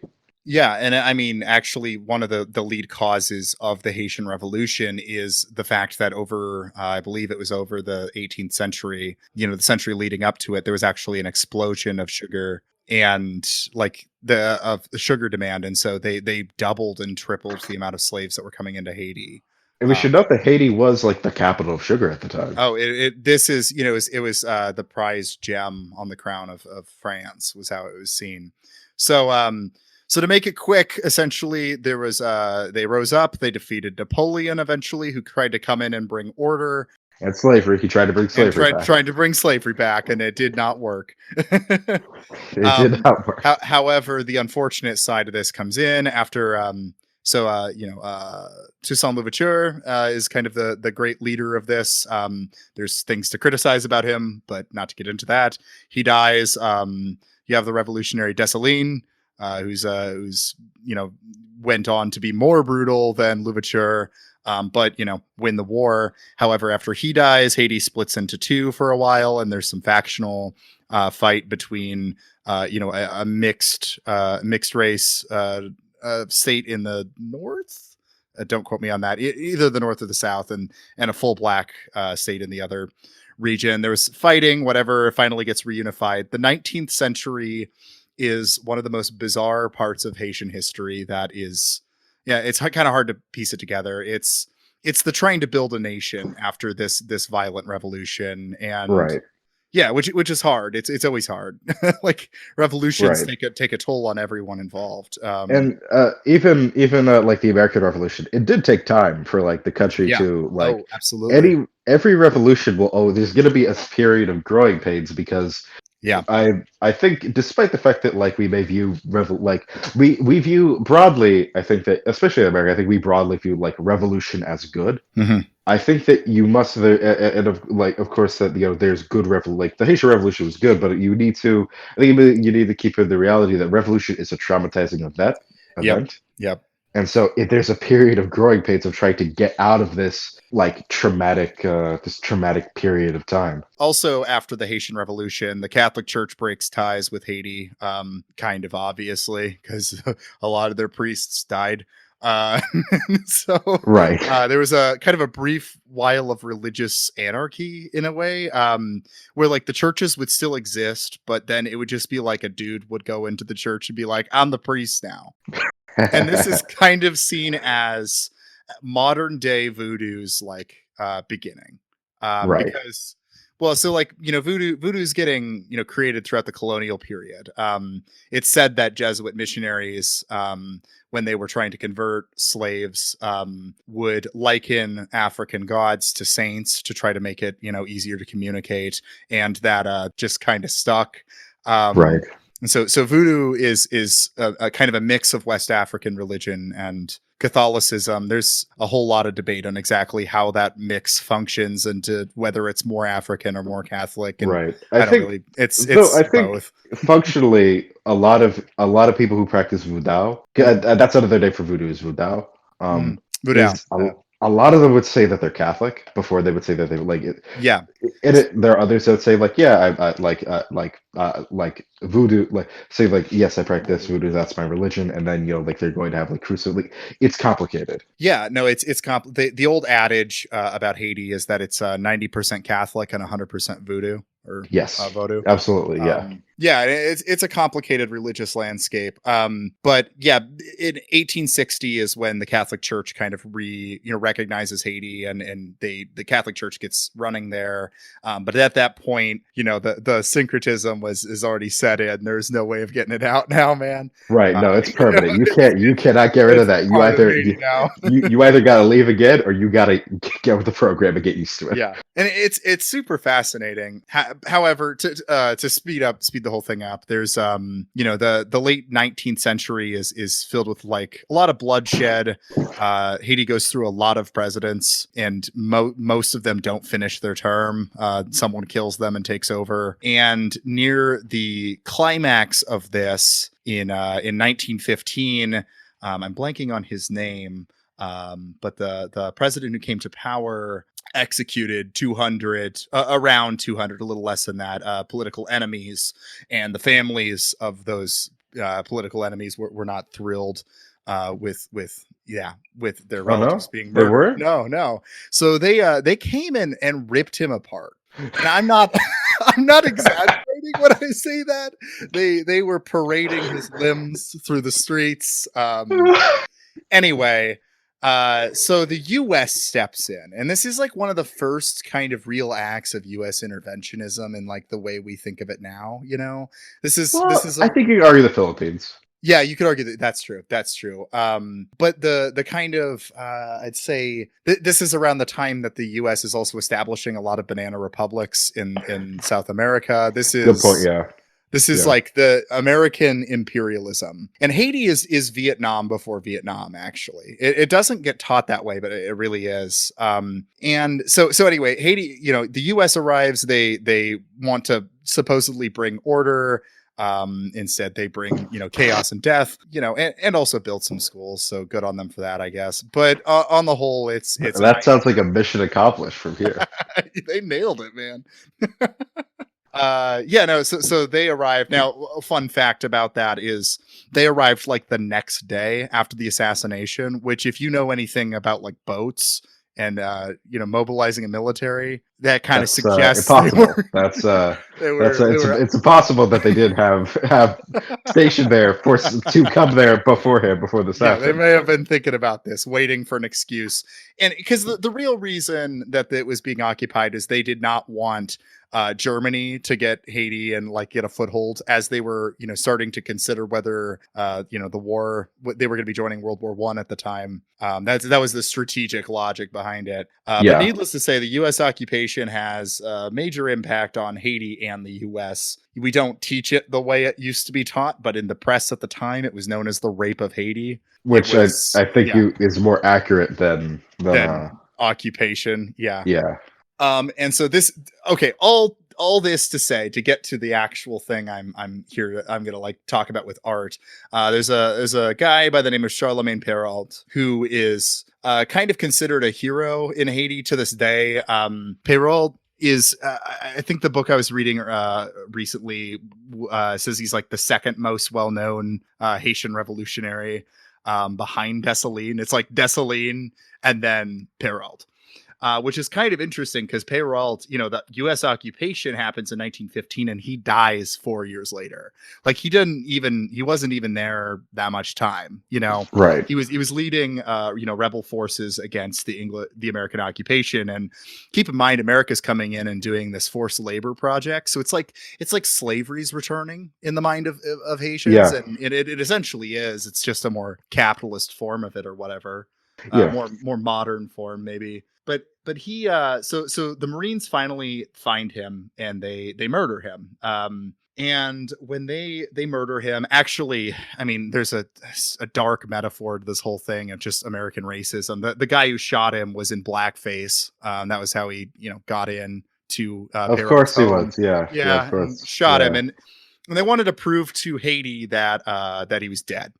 So they propped him up on a door frame, tied him up there with his Haitian flag and in his crucifix that's on the top of the Haitian flag. They tie him up, they take a photo of him, and then they print out hundreds of copies of this photo and like drop it out of airplanes. So this is my time to finally go, what do you see here, Jackal? What does this image of Charlemagne Péralte look like? Okay, all right. I can't wait to see this. Oh God. Who does it look like? This I'm gonna make this kind of looks like, is it how I'm gonna show my ignorance on Catholic saints. The Catholic saint who's the one who's been shot with arrows. Oh, it's not just a saint. They perceived this as Christ. Oh yeah. Okay. Wait. Hold on. Give me a second. Let me. Yeah. No. This is you can even see like the crew. Oh, this looks like this is you're making a martyr. Like this is the literal like. Okay. So let me describe this. So there's he's being propped up. He's tied to. It looks like is it a piece of wood or? It's his door. It's the door frame to his home. He's propped up by a door frame with a crucifix and the Haitian flag behind him, as he's and the way that of how he is posed is in the most is in the perfect martyr Messiah, it's down to just it was clear he was shot while he was naked in his own home, and so they've tied a rag around just to cover it. It even looks like that a fucking looks Renaissance painting. Yeah, it looks like a depiction of at the Stations of the Cross. They would see all we're missing is a crown of thorns.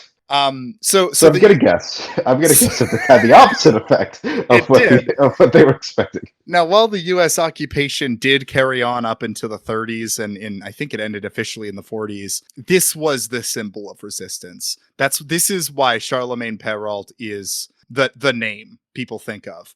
To this day, actually, a book I was reading for my research.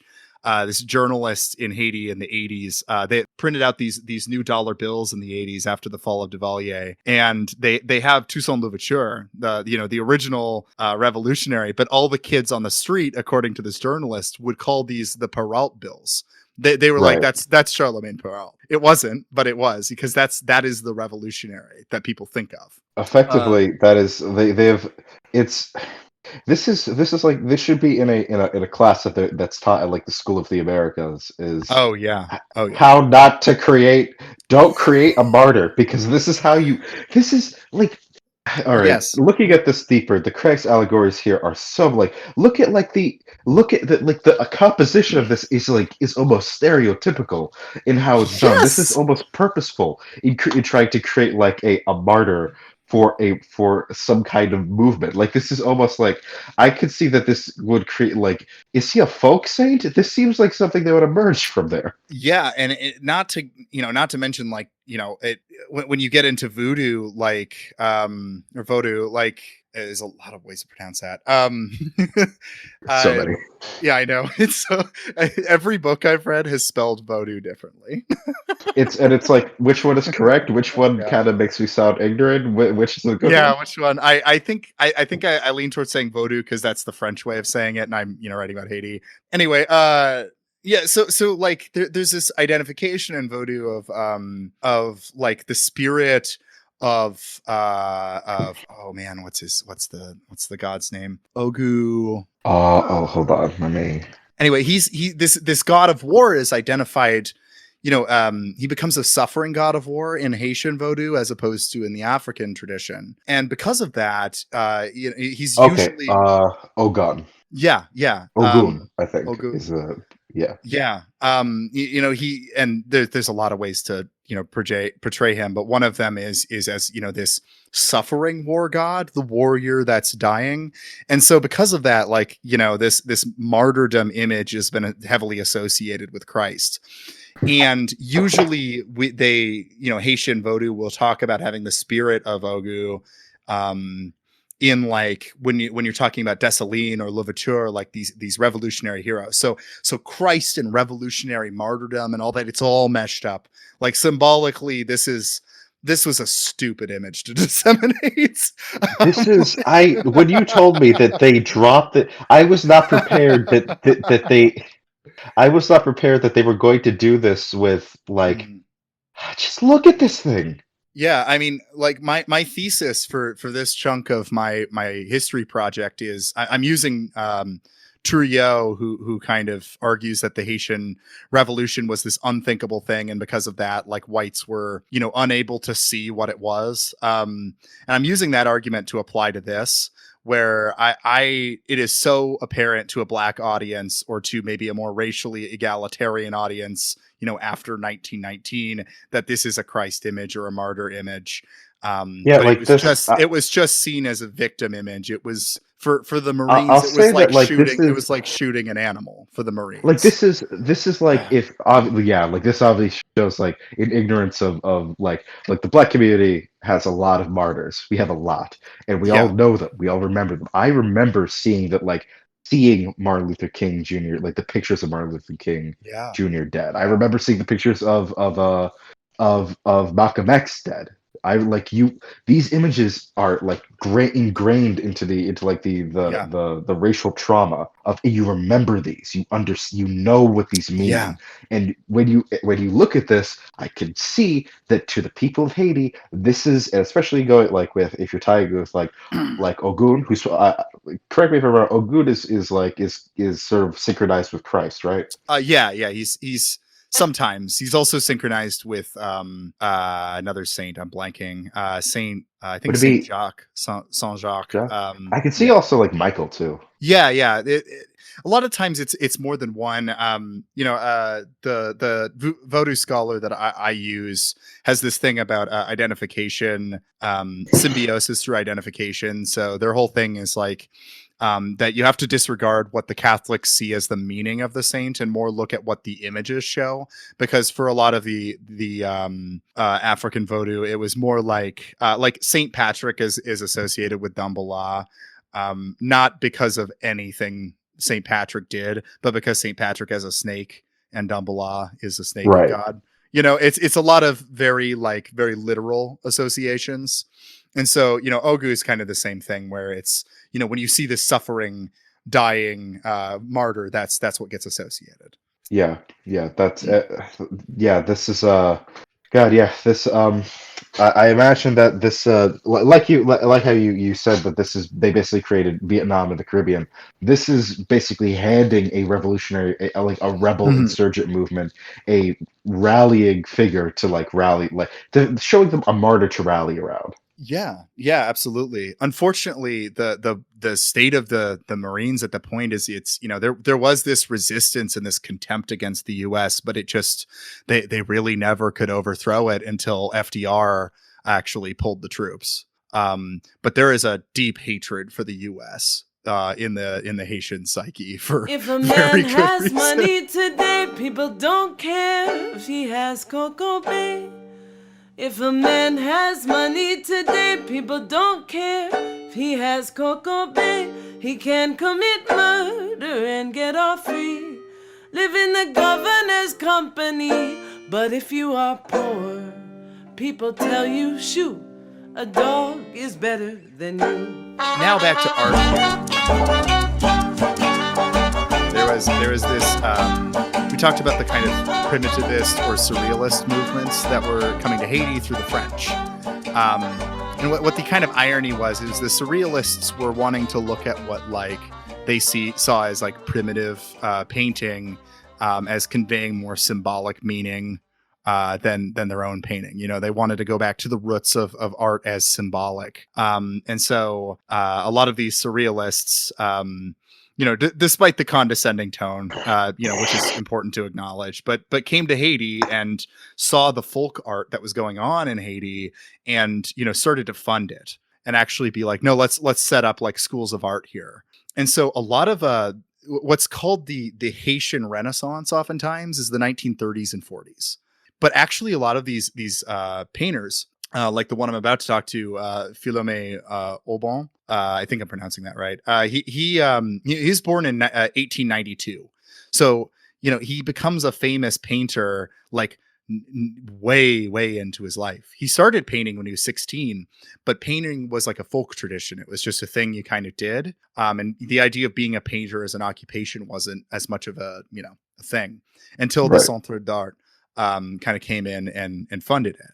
Anyway, so Philomé, he's a great painter. He's a really fascinating painter, but one of his his idea was what he would say is, despite the French kind of having this condescending tone to them where they're like, wow, this primitive art, he was like, no, I'm not doing that. What I'm trying to do is write the history of Haiti with paint. That was kind of how he saw it. So he felt he was chronicling paintings, and he had a famous painting. 1 second here. I'm going to cut this, but this is one of my favorite paintings now after this research project. And like I'm saying, this happened in 1970. So this is much later. Oh yeah. Okay. This is it. Yes. So it's as you see the caption, and it's kind of hard to read, but it's the crucifixion of Charlemagne Perrault for liberty. This looks like an icon. This is a religious icon. It is. Yeah. It's from this obviously this is definitely out of a obviously the Christ allegory was apparent in that grisly photo that the U.S. Marines had taken, but this takes it to a completely different level in that you see there's, I'm assuming that's his mother. Yeah, or it's kind of hard to know exactly what it's supposed to be. If it's supposed to be Mary, if it's supposed to be just a weeping nun or whatever. Right, but it is a older maternal figure, weeping at the side of a wrongly killed man. That Yeah, is so like, and obviously like now that there's it looks like the bullet holes have become the holy wounds in a way. yeah, yeah, Yeah, this is a wow. Yeah, yeah. this is It's a great painting. I love it. I really have a deep love for this style of painting. That I think maybe just with the amount I've been working with it lately, I really like it. it's the colors are it's something that's slightly different with it. The colors are not muted like in some other No, icons that they have. The colors here are very bright and vivid, right. and it contrasts with the sort of subject matter that and the context behind it. Yeah. So the 20th century here, with Haiti, to speed this up to get to the second painting that I'm hoping maybe your eye toward painting will help me decode a little bit here. So okay, Haiti, yeah, US leaves in the late 30s, early 40s. I don't remember the exact date. We've got a pretty heavy spread of what's called the anti-superstition campaigns. So there's a lot of class war essentially happening within Haiti around the time, and eventually in the 50s, the Duvalier regime comes into power, which is Papa Doc and Baby Doc. It's two presidents back to Yeah, back. Yes, god awful people. Fun thing, they learned how to rig elections from the Marines, though. So how of course much. they did. Of course they did. Oh yeah, we should mention how they rigged this is just a good detail. How they rigged the election is Haiti's a mostly illiterate country, so what they did was they put up the candidate they liked, and they said, okay, white piece of paper, white ballot means yes, and black ballot means no. Okay, seems whatever. So then the voting booths are all established by Marines. So you've got like 5 armed Marines at the voting booth, and you go up, and there's the stacks of white ballots on the top of the table, and under the table in a locked locked box are the black ballots. So you have to ask a man with a gun. Oh, God. So lo and behold, these elections would be like 95% yes. Oh, really?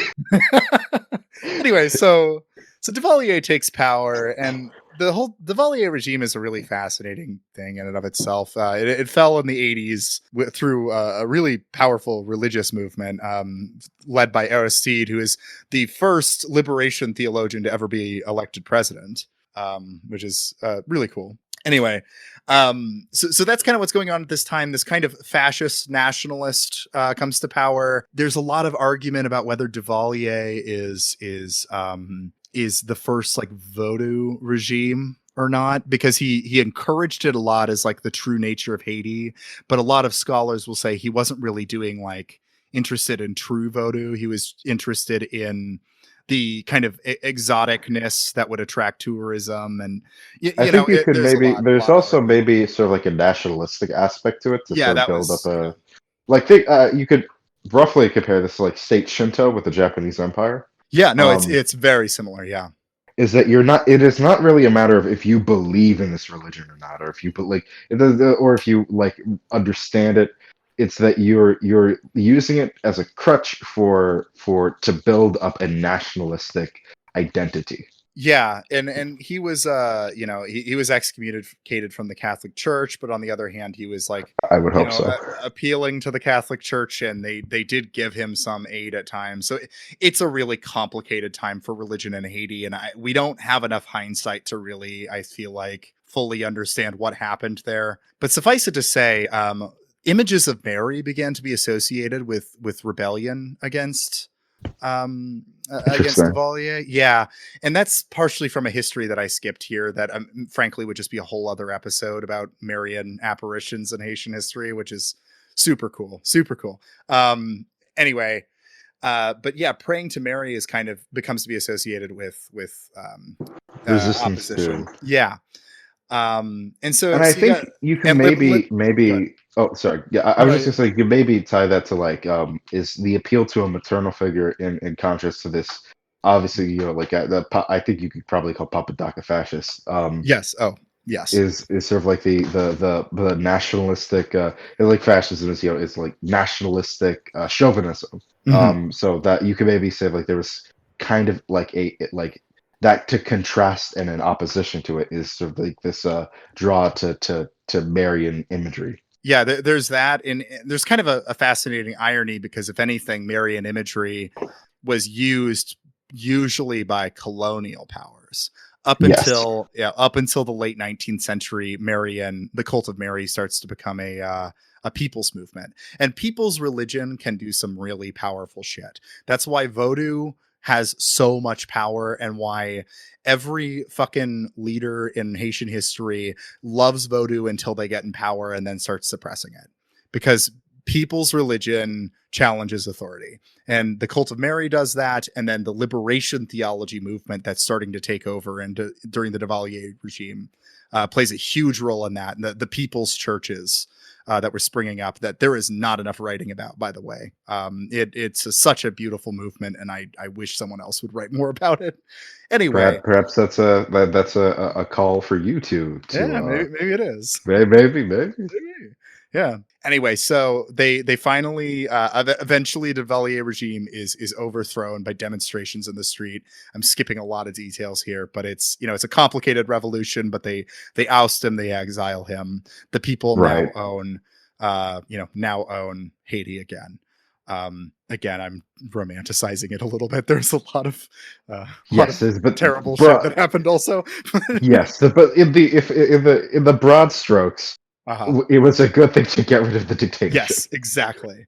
So now around this time, the painter Aubin is a big part of the center of art in Haiti. It's the institute that Haitian art is like really kind of comes from in the beginning during the Renaissance, during the Haitian Renaissance.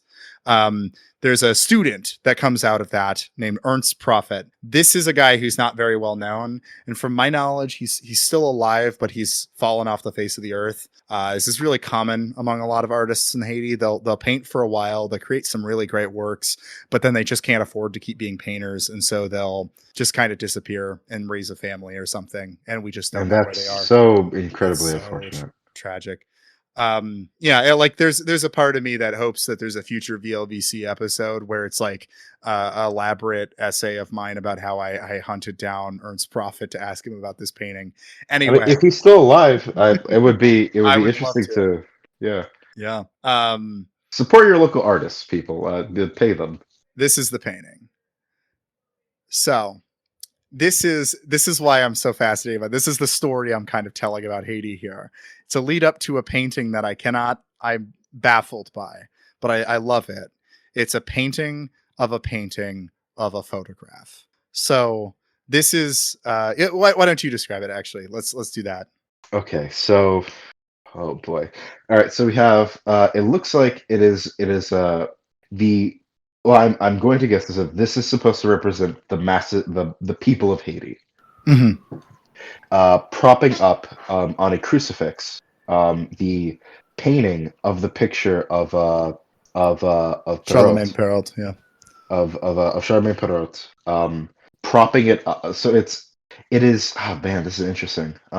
You can the background is very minimalist. There's a little minimalistic sky with a couple of clouds, and the background seems to show a beachhead, but it seems to be that there's the sand in the background, but in the foreground is of the sand, but the actual background is of rolling hills. yeah. You can. I thought that might have been waves at first, but if you look at it, you see trees. Mm-hmm. So you have rolling green hills in the back, and the crucifix. So the people are pulling. They are propping up this picture of the painting of Perrault on top of the crucifix. Yeah. Which has the the king of the Jews, like the thing that was put on top of the crucifix.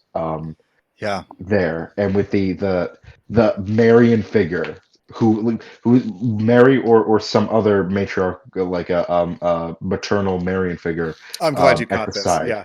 Yeah. Yeah. I'm glad you got, because She's notably not a part of the paint. She's not a part of that's the. I don't understand what's going on with that. That's such a fascinating detail. Yeah, That was this that was a very deliberate choice deliberate. here to Yeah. not depict her as a part of that, because Yeah. she was a part. But yeah, this is very interesting. The And longer you look at it, so there's also the class dynamics to this that's kind of odd. yeah, The you can people see like like there's leading the hoisting are look like the upper class as the yeah. lower class is cheering on. I can't tell if this is if this is a positive or negative view of Perrault. Exactly. Or what's trying to be communicated with this, I don't I know. And I this think it is might be coming both. this is coming out right after the Duvalier regime. So, And we see like after the that fall. something interesting is that the crucifix is on a very like it's on a stone platform. Like it is a solid like Oh, I didn't granite notice that. Yeah. platform right there. So Um, okay, so here's an unfortunate part about this. If you backward image search this picture, uh-huh. you won't find anything. This is No? the one source. This is Are also you kidding why me? yeah, and it's a really terrible quality painting, or like not painting, picture of the painting, Yeah. which is really unfortunate because I want to know what the hell the thing at the top of the cross says, where King of the Jews would be typically. Is it I don't King of Haiti? King of Haiti? I What don't know is what it? it says. I can't see it because it's too blurry. What it is entitled is the Re-Crucifixion of Charlemagne Perrault. Okay, all right. With that title, that also adds a lot. Okay, all right. Let me art history. Let me Yeah, imagine yeah. that I'm being asked by my professor. What does this mean? What does this mean? Okay, all right. So obviously, let's. I'm going to start with that. I think that this is a depiction of Haitian society. This and the reason that there's that is that we have important aspects of Haitian society clearly shown here. You have the class dynamics Mhm. and I can't really make out the depictions of the fig because this is such a blurry picture Yeah, I know. of whether he's noting the racial aspect that some are lighter than like the mixed and the black. I'm not sure if he's showing that, but we have class dynamics of poor and richer and sort of richer Haitians. You have that obviously that the fact in the composition, the crucifix is at the center of the composition, so you can interpret that as being the center of Haitian life, of Haitian society of of this symbol of martyrdom. Yeah. And so it is at a solid like base in the sand, so it is firmly planted there, and then we have the Mm. wooden crucifix rising above, and the people are and we have the people that are particularly pulling this up are the rich Haitians who are pulling it up, while the I guess the the working class Haitians are sort of looking and pulling up at the ends. The people primarily pulling it up are the rich, are the upper class of Haiti. And it's of that painting of Perrault. And I'm assuming that by the time that this painting was being done, that painting of Perrault was famous in Haiti. Yes. Oh, yes. Oh, yes. So if that's the Well, case, at the very least, he studied under Obama. right. So at the very least, it's an homage to his to his mentor. So one can maybe classify, and this was at the end of the dictatorship, right? Yes, kind of. That's the tricky part here, is it's not dated. However, I think they estimate that it is it's in the 80s or the 90s. So this is either during the Duvalier regime or afterwards. And that's why I wanted to add the the context of like the people's movements uprising against Duvalier, because that seems to be a part of the theme here, I Yeah. think. And also something interesting is that the Marion figure is not a part of pulling up the. Yeah. She's separate. Yeah. She's separate from the. She's weeping. Yeah, she's She's still weeping. So I think maybe if this is all right, two interpretations here. If this was painted while the dictatorship was going on, this is a critique of how this could be a critique of how the dictatorship is re-crucifying Perrault by using him for their own means. By basically like you're creating a puppet of Yeah. of what this means. Like you're making a mockery of the central aspects of Haitian society, of Yeah. Christianity, of Voodoo, of a Peralta, of these things, and the people are being, like being sort of blindsided to it, while the Marian figure, who can be interpreted as many things, there can be many things in this interpretation, Oh yeah. but is weeping, is weeping at you can maybe say that the spirit of Haiti is weeping at what is being done Yeah. to what is these central aspects of Haitian life. Um, Yeah. Yeah. that's one interpretation. The second interpretation, if this was done after, is that these are the Haitian people reclaiming these Hmm. central aspects of Haitian life and putting them back into of Perrault, of Voodoo, of the Catholicism, and it is a sort of like a multi-class sort of like trying to recenter their life, like trying to Yeah.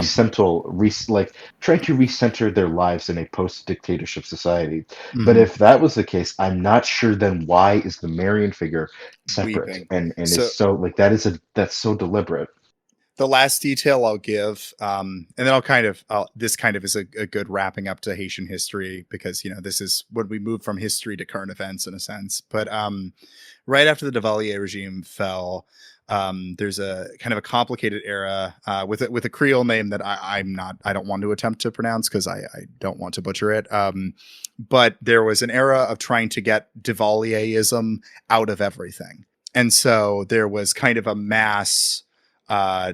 Vodou is kind of associated with the Duvalier. So there was the destruction of Vodou, temples. There was the destruction of there was the murder of people who were vaguely associated with the regime that probably weren't part of the regime, Right. There was a lot of that.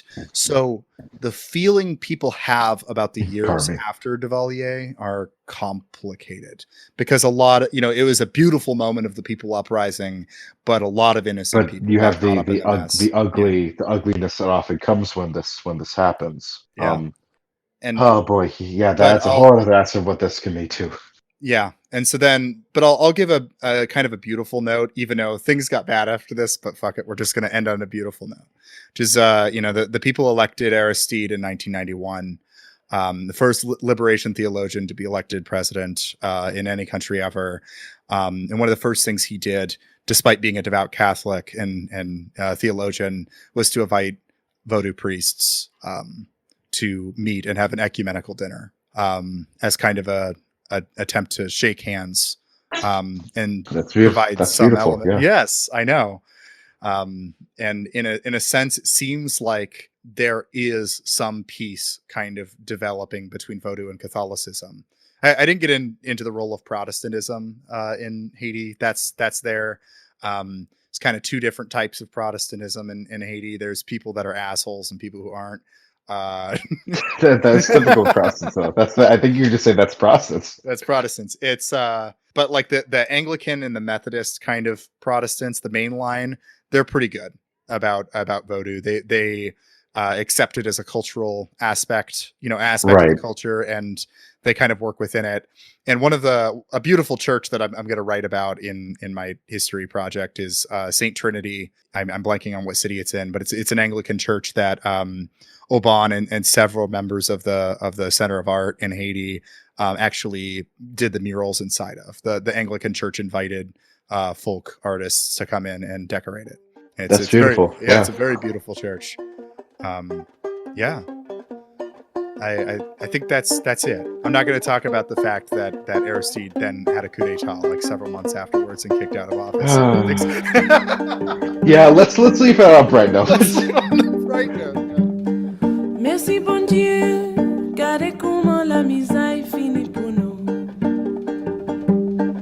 Merci bon Dieu, gardez tout ça la nature porté pour nous. Merci bon Dieu, gardez tout ça la nature. You know what? I like how this feels right now, and I feel like it would be a bit too jarring to do, Patreon and Twitter news and all that. So I think maybe we should wrap up with just some plugs here and call it good. I think this was. Well, this has been great. I guess, do you want to do some plugs here real quick? Do you want to plug something?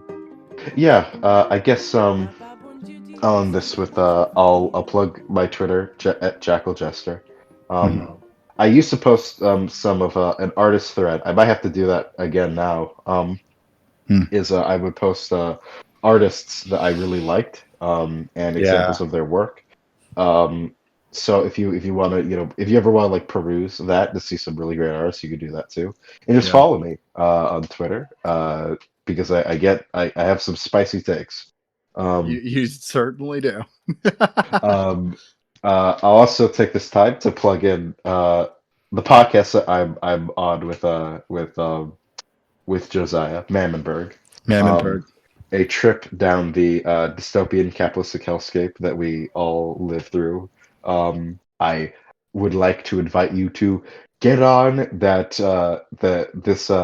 this car ride with us as we take a guided trip through Mammonburg. Mammonburg. Yes. Yeah. No, I'm excited to see the future of Mammonburg too. So, yeah, you all should listen to that also. Yeah. I guess my plug for this episode is going to be I think I've plugged it before, but just since we're talking about it, Silencing the Past by Michel Rolfe Trouillot is one of the best books about history I've ever read. And also his essay that I mentioned before, Haiti as a non-event, is one of the most important essays to how I look at the world, I think. So I highly recommend it. Right. Actually, can I want to do another Yeah. plug. Okay, I would like to I'll plug this by saying I think everyone should look up the art of the painter Henry Osawa Tanner. He was a black he was the first African American artist to gain international acclaim. He moved to Paris in 1891 to study, and he lived there after being accepted in French artistic circles. Mhm. He painted sort of domestic black life and also biblical imagery. There's I think that in this conversation about like how of black art, I think he's a very interesting person to bring up Yeah. because he had such a particular this is such a particular way of a black artist how he depicted black people. And there are two particular pieces that I would like to put people's attention to is the you know the Annunciation, Mhm. which is depicting the Archangel Gabriel visiting Mary to announce that she will give birth to Jesus. Yeah. This is it's such an interesting painting, and that it has like the interplay of the divine and the mundane between such a like this is a Mary who looks Semitic. She looks like a Yeah. regular person. She looks like she looks human, and you have just this blaring light that is that is Gabriel. And Yeah. the second painting that I want to bring up is Jesus with Nicodemus, Hmm. which is depicting a conversation between Jesus and the Pharisee Nicodemus. Hmm. And the depiction of Jesus is very understated, but Jesus is black. And it is a beautiful painting of just like this very like silent conversation Yeah. between Nicodemus and Jesus, a very personal one. Yeah. Yeah, please look up Henry Osawa Tanner. He's a fantastic artist. I think everyone he absolutely deserves so much attention. Yeah. And I think everyone here would enjoy him. Yeah. Also, support your local art. Support artists. Commission them. Yes. If this talk of art has like gotten you interested in this guy, you sort of like yeah, like you like sort of spurred something, and you would Mhm. like sort of art. Support artists. Buy prints, buy stickers, buy a commission. Yeah. Buy books. Support your support artists because I think artists play an incredibly important role in culture and society. Well, on that note, thank you for listening to Very Legal, Very Cool, a podcast about the liberation of the Haitian people. That's what I've decided for the weekend here. You don't know what's going on. You don't know what's going on. You can't make the world go round. You don't know what's going on. You're here today and tomorrow you're gone. When the holy cow is milking and the greenbacks are rolling, you are king and queen.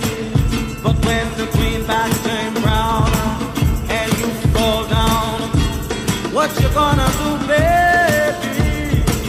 Come go with me. Come take my hand. I'm going home. Come go with me. Come take my hand. I'm going home. When the holy cow is milking and the greenbacks are rolling, you are king and queen. But when the greenbacks turn brown and you fall down, what you gonna do now, baby? Come go with me. Come take my hand. I'm going home. You can't change the night and the day, and you can't take the milk from the Milky Way. You can't take the sun from the sky, and you can't put the light in Ray Charles' eyes.